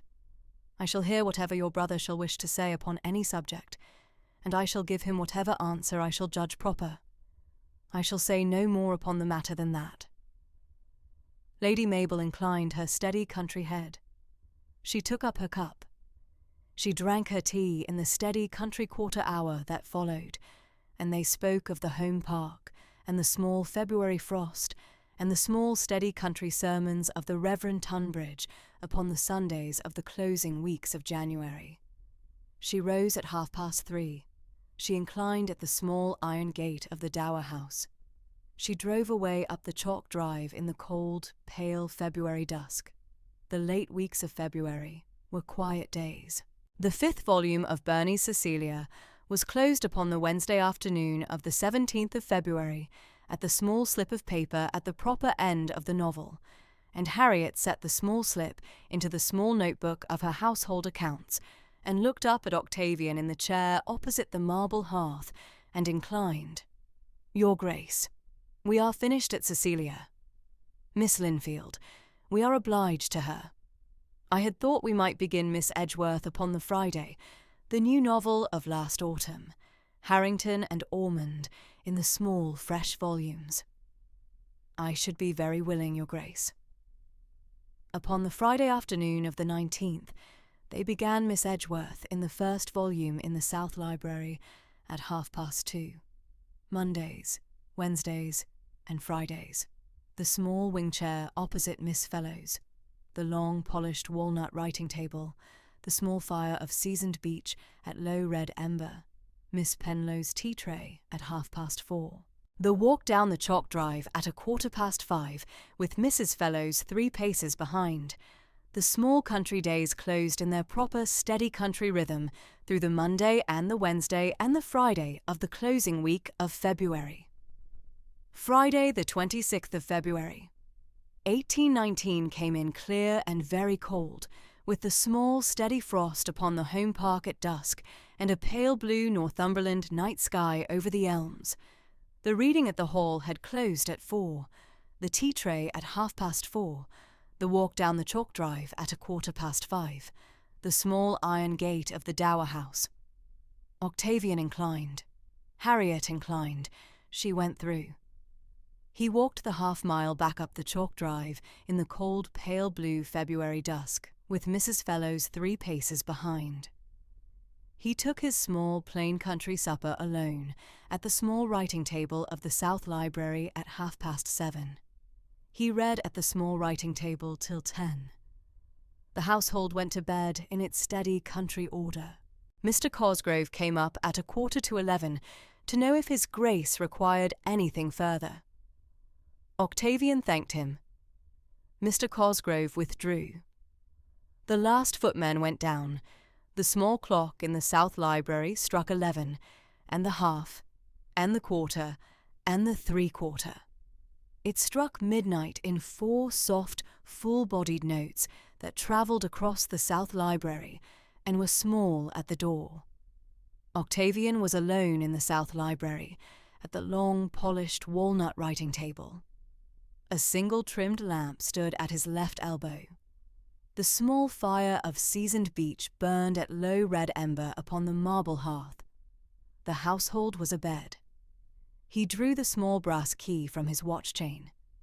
He turned it in the small brass lock of the small drawer at his left hand. He drew out the small green calf leather-bound commonplace book of his late father, the 4th Duke of Ravensford, who had died at Ravensford Hall in October 1809, and had bequeathed the small green calf commonplace book to his only son with the rest of his small personal effects. He turned the small thick pages of the commonplace book past the close hand of his late father, the small composed, careful 18th century hand of the 4th Duke, in the entries the 4th Duke had made through the years of his country life. He turned past the last entry of October 1809. He turned past 3 blank leaves at the close of the 4th Duke's hand. He came to the first blank leaf at the back of the small commonplace book. He took up the pen. He dipped it in the small Standish. He drafted the proposal in 8 even careful sentences in his own composed country hand. He set down the small steady country opening, and the small composed country statement of his intent, and the small careful country naming of the day. He proposed to put the question to her, Saturday the 27th of February, 1819 at 11 o'clock in the South Library of Ravensford Hall, and the small steady country acknowledgment of her freedom to refuse him in any terms she should think proper. He read the 8 even careful sentences aloud once, very low to himself in his quiet baritone, in the small, composed, careful manner of a man rehearsing the proper, steady country form of an offer he had not made before, and should not make again. The small fire upon the marble hearth shifted at low red ember. The single trimmed lamp held steady. The case clock in the corner ticked at the close of the small first hour of the Saturday morning. Beyond the south window, the home park stood in the steady country pale blue starlight of the cold, late February night, The elms quiet, the small chalk drive a small pale ribbon under the small thin frost. He blotted the page with the small clean square of blotting paper upon the standish. He closed the commonplace book. He returned it to the small drawer at his left hand. He turned the small brass key in the small brass lock of the small drawer at his left hand. He drew the small brass key from the lock and set it back upon the small steel ring of his watch chain. He rose from the long, polished walnut writing table. He put out the single-trimmed lamp.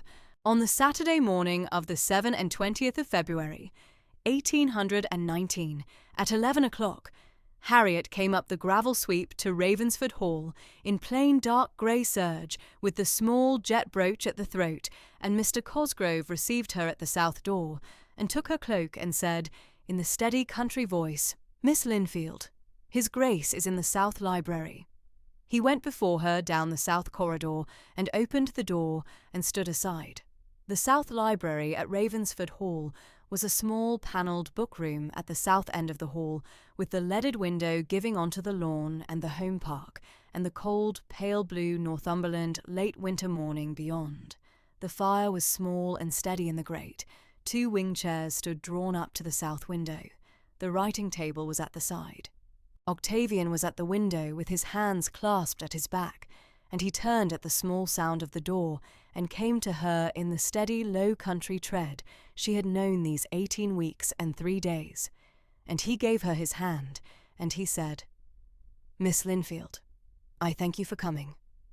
Mr. Cosgrove drew the door behind her and went down the corridor. Mrs. Fellows was not in the South Library. Harriet noted it composedly.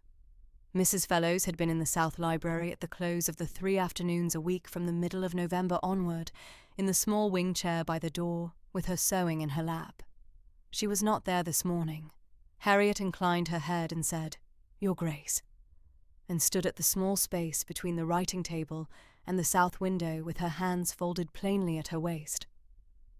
Octavian stood at the writing table opposite her, in the steady, low gravity she had known since the morning of the 2nd of November. He looked at her a composed minute in the steady grey country eyes that did not look away. The case clock on the mantel struck the 11:15 in one soft note. He spoke in the steady, low country voice. "Miss Linfield, I had not when I rode down at first light expected this morning, and I had not when I rode back at 7:30 expected to come to you with it before noon. Yet I have ridden the home park since 8, and I have come at last to the resolve that I had no business deferring it. I have loved you steadily since the Sunday afternoon of the 8th of November last, when you rose from the writing table in this room with my grandfather's letter to my grandmother in your hand, and laid it open before me and stepped back, and stood at this same window in the steady composure that has been the country grace of you these 18 months. I had not before that afternoon known that I loved you. I have not since that afternoon doubted it. I am asking now, in plain country form and in the steady low gravity of a man who has thought of nothing else these 4 months.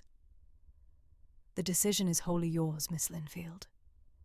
If your answer is no, the proposal shall never be raised again, and our reading at the South Library shall continue upon the terms of the 18 weeks past, as long as you may wish them to.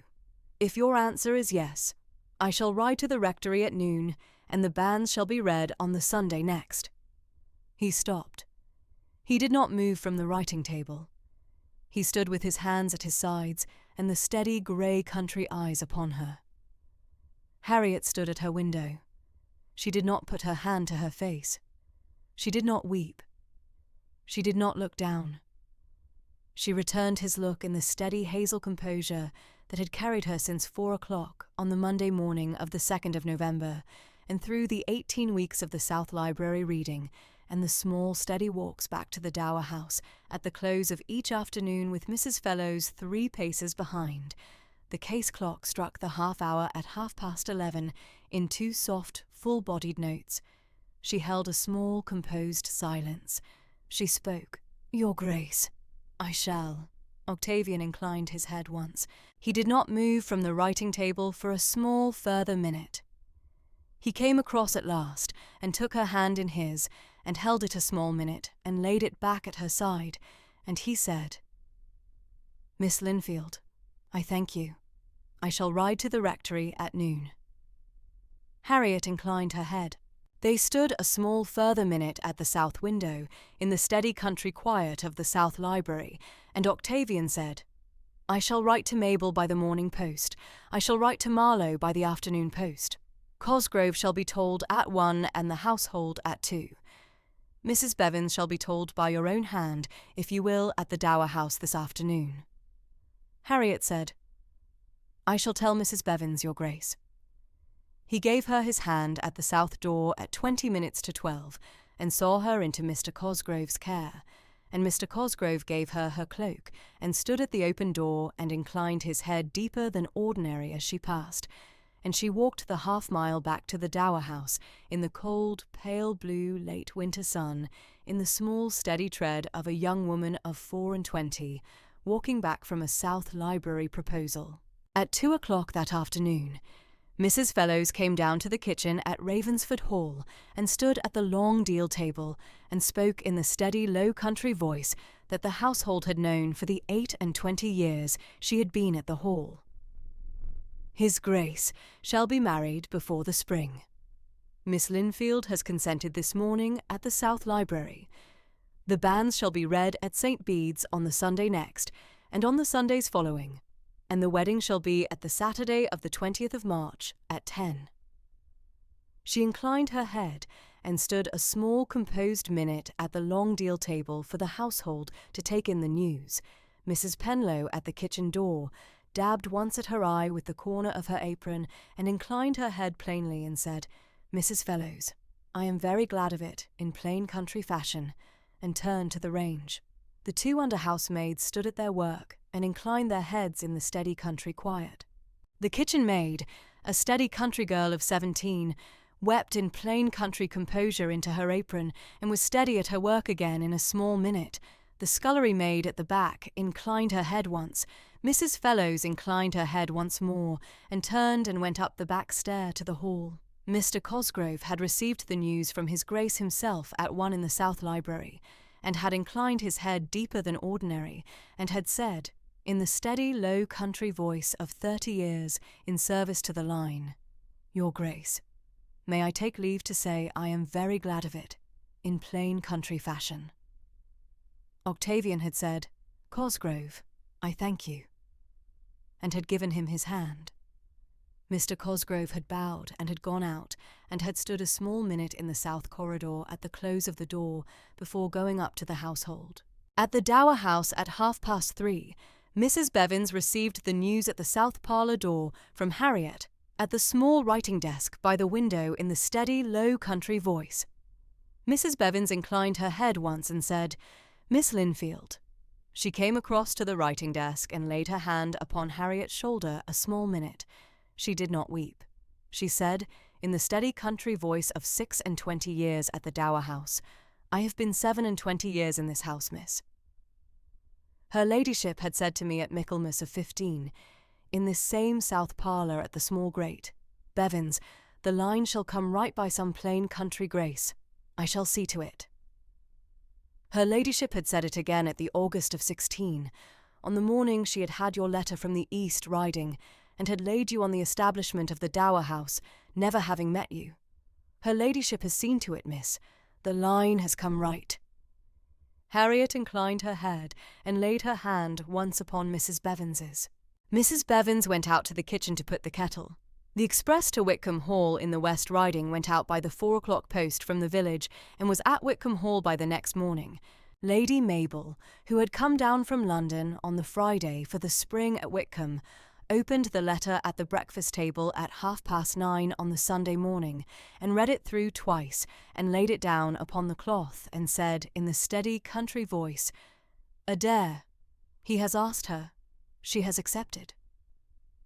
Sir Adair laid down his coffee cup and said, That is good news, my dear. Very good news indeed. Lady Mabel wrote her answer at the morning-room writing desk at 10, and dispatched it by the noon express, and the answer was at the Hall by the Monday afternoon. My dear brother, I write at once, in the plain country warmth that has been my whole heart, these 18 weeks, since the South Library reading began. I shall come up to Ravensford on the Wednesday with Adair, and I shall be matron of honour on the wedding day, with the steady country gladness of a sister who has known her brother's choice was right from the 8th of November last. Give my love to Harriet. Mabel. On the Sunday morning, the 28th of February, at the morning service at St. Bede's at Ravensford Village, Reverend Tunbridge, in the small, steady country voice, read the first reading of the banns from the chancel. I publish the banns of marriage between Lord Octavian Brackenbury, 5th Duke of Ravensford, of this parish, and Miss Harriet Linfield, spinster, of this parish. If any of you know cause or just impediment why these two persons should not be joined together in holy matrimony, ye are to declare it. This is the first time of asking. The parish heard the reading in the steady country composure of a Northumberland village congregation. The schoolmaster's wife at the back inclined her head. The blacksmith's wife at the aisle did not turn her head. The shepherds at the back stood in the steady country quiet. Reverend Tunbridge closed the book and went on. On the Sunday morning, the 7th of March, the second reading. On the Sunday morning, the 14th of March, the third. By that afternoon, small posies of late winter snowdrops and pale green ivy in the small earthen pots had begun to come up to the chancel from the parish women, set by the small altar rail and at the small font, and at the chancel step. Mrs. Tonbridge at the rectory took them in and laid them. On the Friday morning, the 19th of March, they were thick along the chancel rail, and at the south porch, and at the font. The parish had given the wedding day its plain country welcome in the steady country fashion of a Northumberland village. On the Saturday morning, the 20th of March, at 10 o'clock, at St. Bede's at Ravensford Village, a small, plain, Norman country church of grey Northumberland stone, with a square, low tower and 3 plain leaded windows at the chancel, Reverend Tonbridge, in plain black cassock and white bands, officiated at the marriage of Lord Octavian Brackenbury, 5th Duke of Ravensford, and Miss Harriet Linfield, in the steady country form. The Brackenbury blonde lace wedding veil, which had been her ladyship the late dowager's at her marriage to the late 3rd Duke in the year 72, and Lady Mabel's at her marriage to Sir Adair in the year 5, was pinned to a small coronet of snowdrops and dark green ivy upon Harriet's smooth low chignon. The wedding gown was a plain, dark cream silk with a single fold at the throat and a small white collar of old Mechlin lace from the cedar chest at the hall. Mr. Marlowe gave the bride away at the chancel step in the steady low country gravity of a family solicitor who had been 51 years at Lincoln's Inn, and had known his client's grandmother and his client's grandfather and his client's father and his client's grandson, and who, in default of any closer male kin to the bride than her late grandfather Sir Marcus Linfield of Linfield Park, had been asked the privilege by the bride at her own hand by note of the 3rd of March. Lady Mabel Whitcomb stood as matron of honour at the bride's left hand, in plain dark grey silk with a small lace collar. Sir Adair Whitcomb stood at the groom's right hand in plain dark coat. Mr. Cosgrove and Mrs. Fellows and Mrs. Penlow and Mrs. Bevans and Higgs sat at the front of the household side. The parish filled the back pews in the steady country gladness of the village. Reverend Tonbridge read the marriage service in the steady low country voice in the plain English form. He gave the vows. He gave the ring. He pronounced the blessing. He closed the book. The case clock at the south porch struck the 10:15 as the household came out into the cold, pale yellow north country late winter sun. The small, pale green ivy at the south porch and the small white snowdrops at the lych gate brushed once by the soft, late winter wind. The chaises were drawn up at the lych gate. The parish stood at the porch in plain country quiet. Harriet gave Reverend Tunbridge her hand at the porch in the steady, low country voice, and said, "Reverend Tunbridge, I thank you."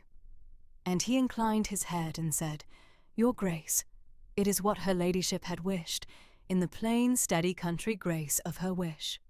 The wedding breakfast at Ravensford Hall sat at the long mahogany dining table at 11:30, with Mr. Cosgrove at the sideboard and Mrs. Fellows at the door, and the Cumberland Hunt of the Brackenberries at the gallery's end above them. Mrs. Penlow's plain English fruit-cake stood at the centre upon the silver stand, frosted plain in the steady country fashion she had used at the late Dowager's wedding to the late 3rd Duke in the year 72, and at Lady Mabel's wedding to Sir Adair in the year 5, and at the late 4th Duke's coming of age in the year 98, and at the present Duke's coming of age in the year 5. Sir Adair stood at his place at the table and gave the country toast in his plain country voice, to the 5th Duke of Ravensford and to the 5th Duchess, the plain steady country grace of the line. The household drank in the steady country quiet of the long dining-room. Mr. Marlowe rose after Sir Adair in the plain scholarly voice of a family solicitor of 51, and gave his small brief lawyer's blessing. "Your Grace, your Grace, the line shall come right." The plain, steady country grace of the late Dowager has seen to it, in the patient, steady country fashion she had laid down at the 17th of August, 1816. I beg the privilege of remaining the steady country friend of the house in the line to come, as my client's grandfather had begged of my client's grandmother in the May of 1772. I am your Grace's obedient servant. 1 year and 3 months after the wedding, on the warm, pale yellow Saturday morning of the 17th of June, 1820, their first child, a daughter, christened Cornelia Mabel Brackenbury after her great-grandmother the late Dowager, was baptized at St. Bede's, Ravensford village, by the Reverend Tonbridge, with Lady Mabel Whitcomb standing as godmother, and Sir Adair Whitcomb as godfather. The Brackenbury christening robe of ivory silk and old Mechlin lace came down from the hall's cedarwood chest for the first time in 37 years.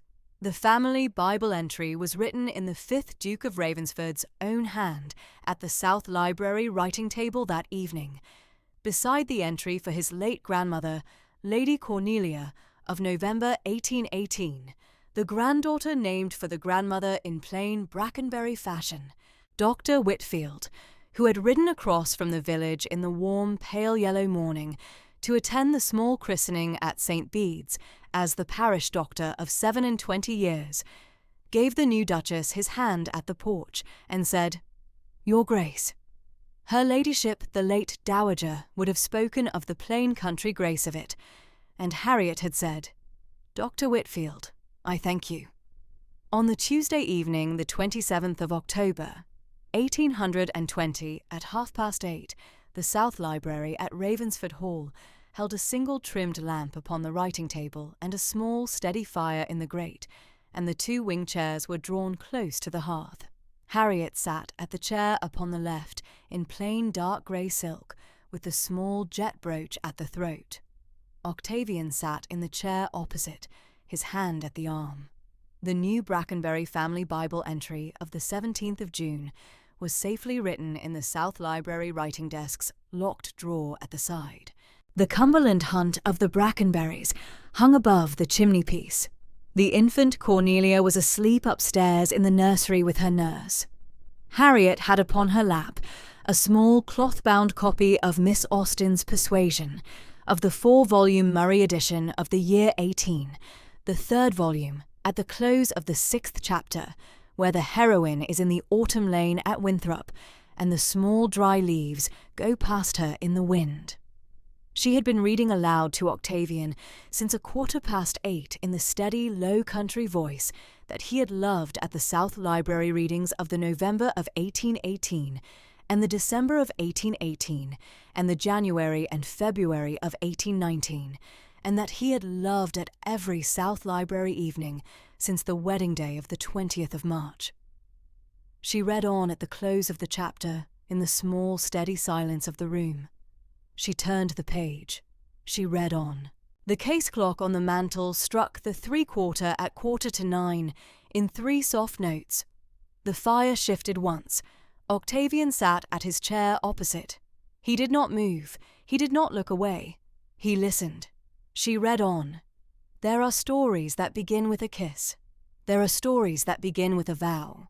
There are stories that begin with a knock, and stories that begin with a hired post-chaise, and stories that begin with a Tacitus on a stone bench, and stories that begin with a tortoiseshell cat asleep upon an embroidered cushion, and stories that begin with a brush dragging on a cold flagstone, and stories that begin with a letter from Quatre Bras, read aloud in a Bath upper room, and stories that begin with a young widow standing at the foot of her late husband's stair, and stories that begin with a young woman stepping down from a mail coach with a single carpet bag, and stories that begin with a public notice in the Morning Chronicle, and stories that begin with 3 short entries in a governess's pocket diary, and stories that begin with the verbatim inventory of a country curate's small estate, and stories that begin with the reading of a grandfather's will at Lincoln's Inn. And there are, quietest of all, in the dark of an 78-year-old country bedchamber, stories that begin with the case clock striking 4 in the small hours of the morning of Monday the 2nd of November, 1818, and the soft slowing of a sleeping breath, and the small steady movement of a young companion reader of 24, closing a cloth-bound copy of Cowper's Task upon her finger and rising from the writing desk by the leaded window to lay her hand once upon a wrist and finding the stillness that did not return. And so, on the warm, pale yellow Saturday morning of the 20th of March, in the year of our Lord, 1819, in the small Northumberland parish church of St. Bede at Ravensford village, under the soft, pale yellow north country late winter sun, Miss Harriet Linfield, who had sat by the bedside of an 78-year-old Dowager Duchess through the small hours of the morning of the 2nd of November the year before, reading aloud the 5th book of Cowper's Task in her steady low voice, until the breathing on the bed had slowed and quieted and stopped, became, by the patient, steady asking of the grandson of that dowager who had ridden 3 miles through the cold Northumberland dawn, to find her composed and clear-eyed in the south parlour at first light, the 5th Duchess of Ravensford, and the granddaughter of the man his late grandmother, in her 21st year, had refused for love of his grandfather, and had remembered with steady country grace through all the 46 years following.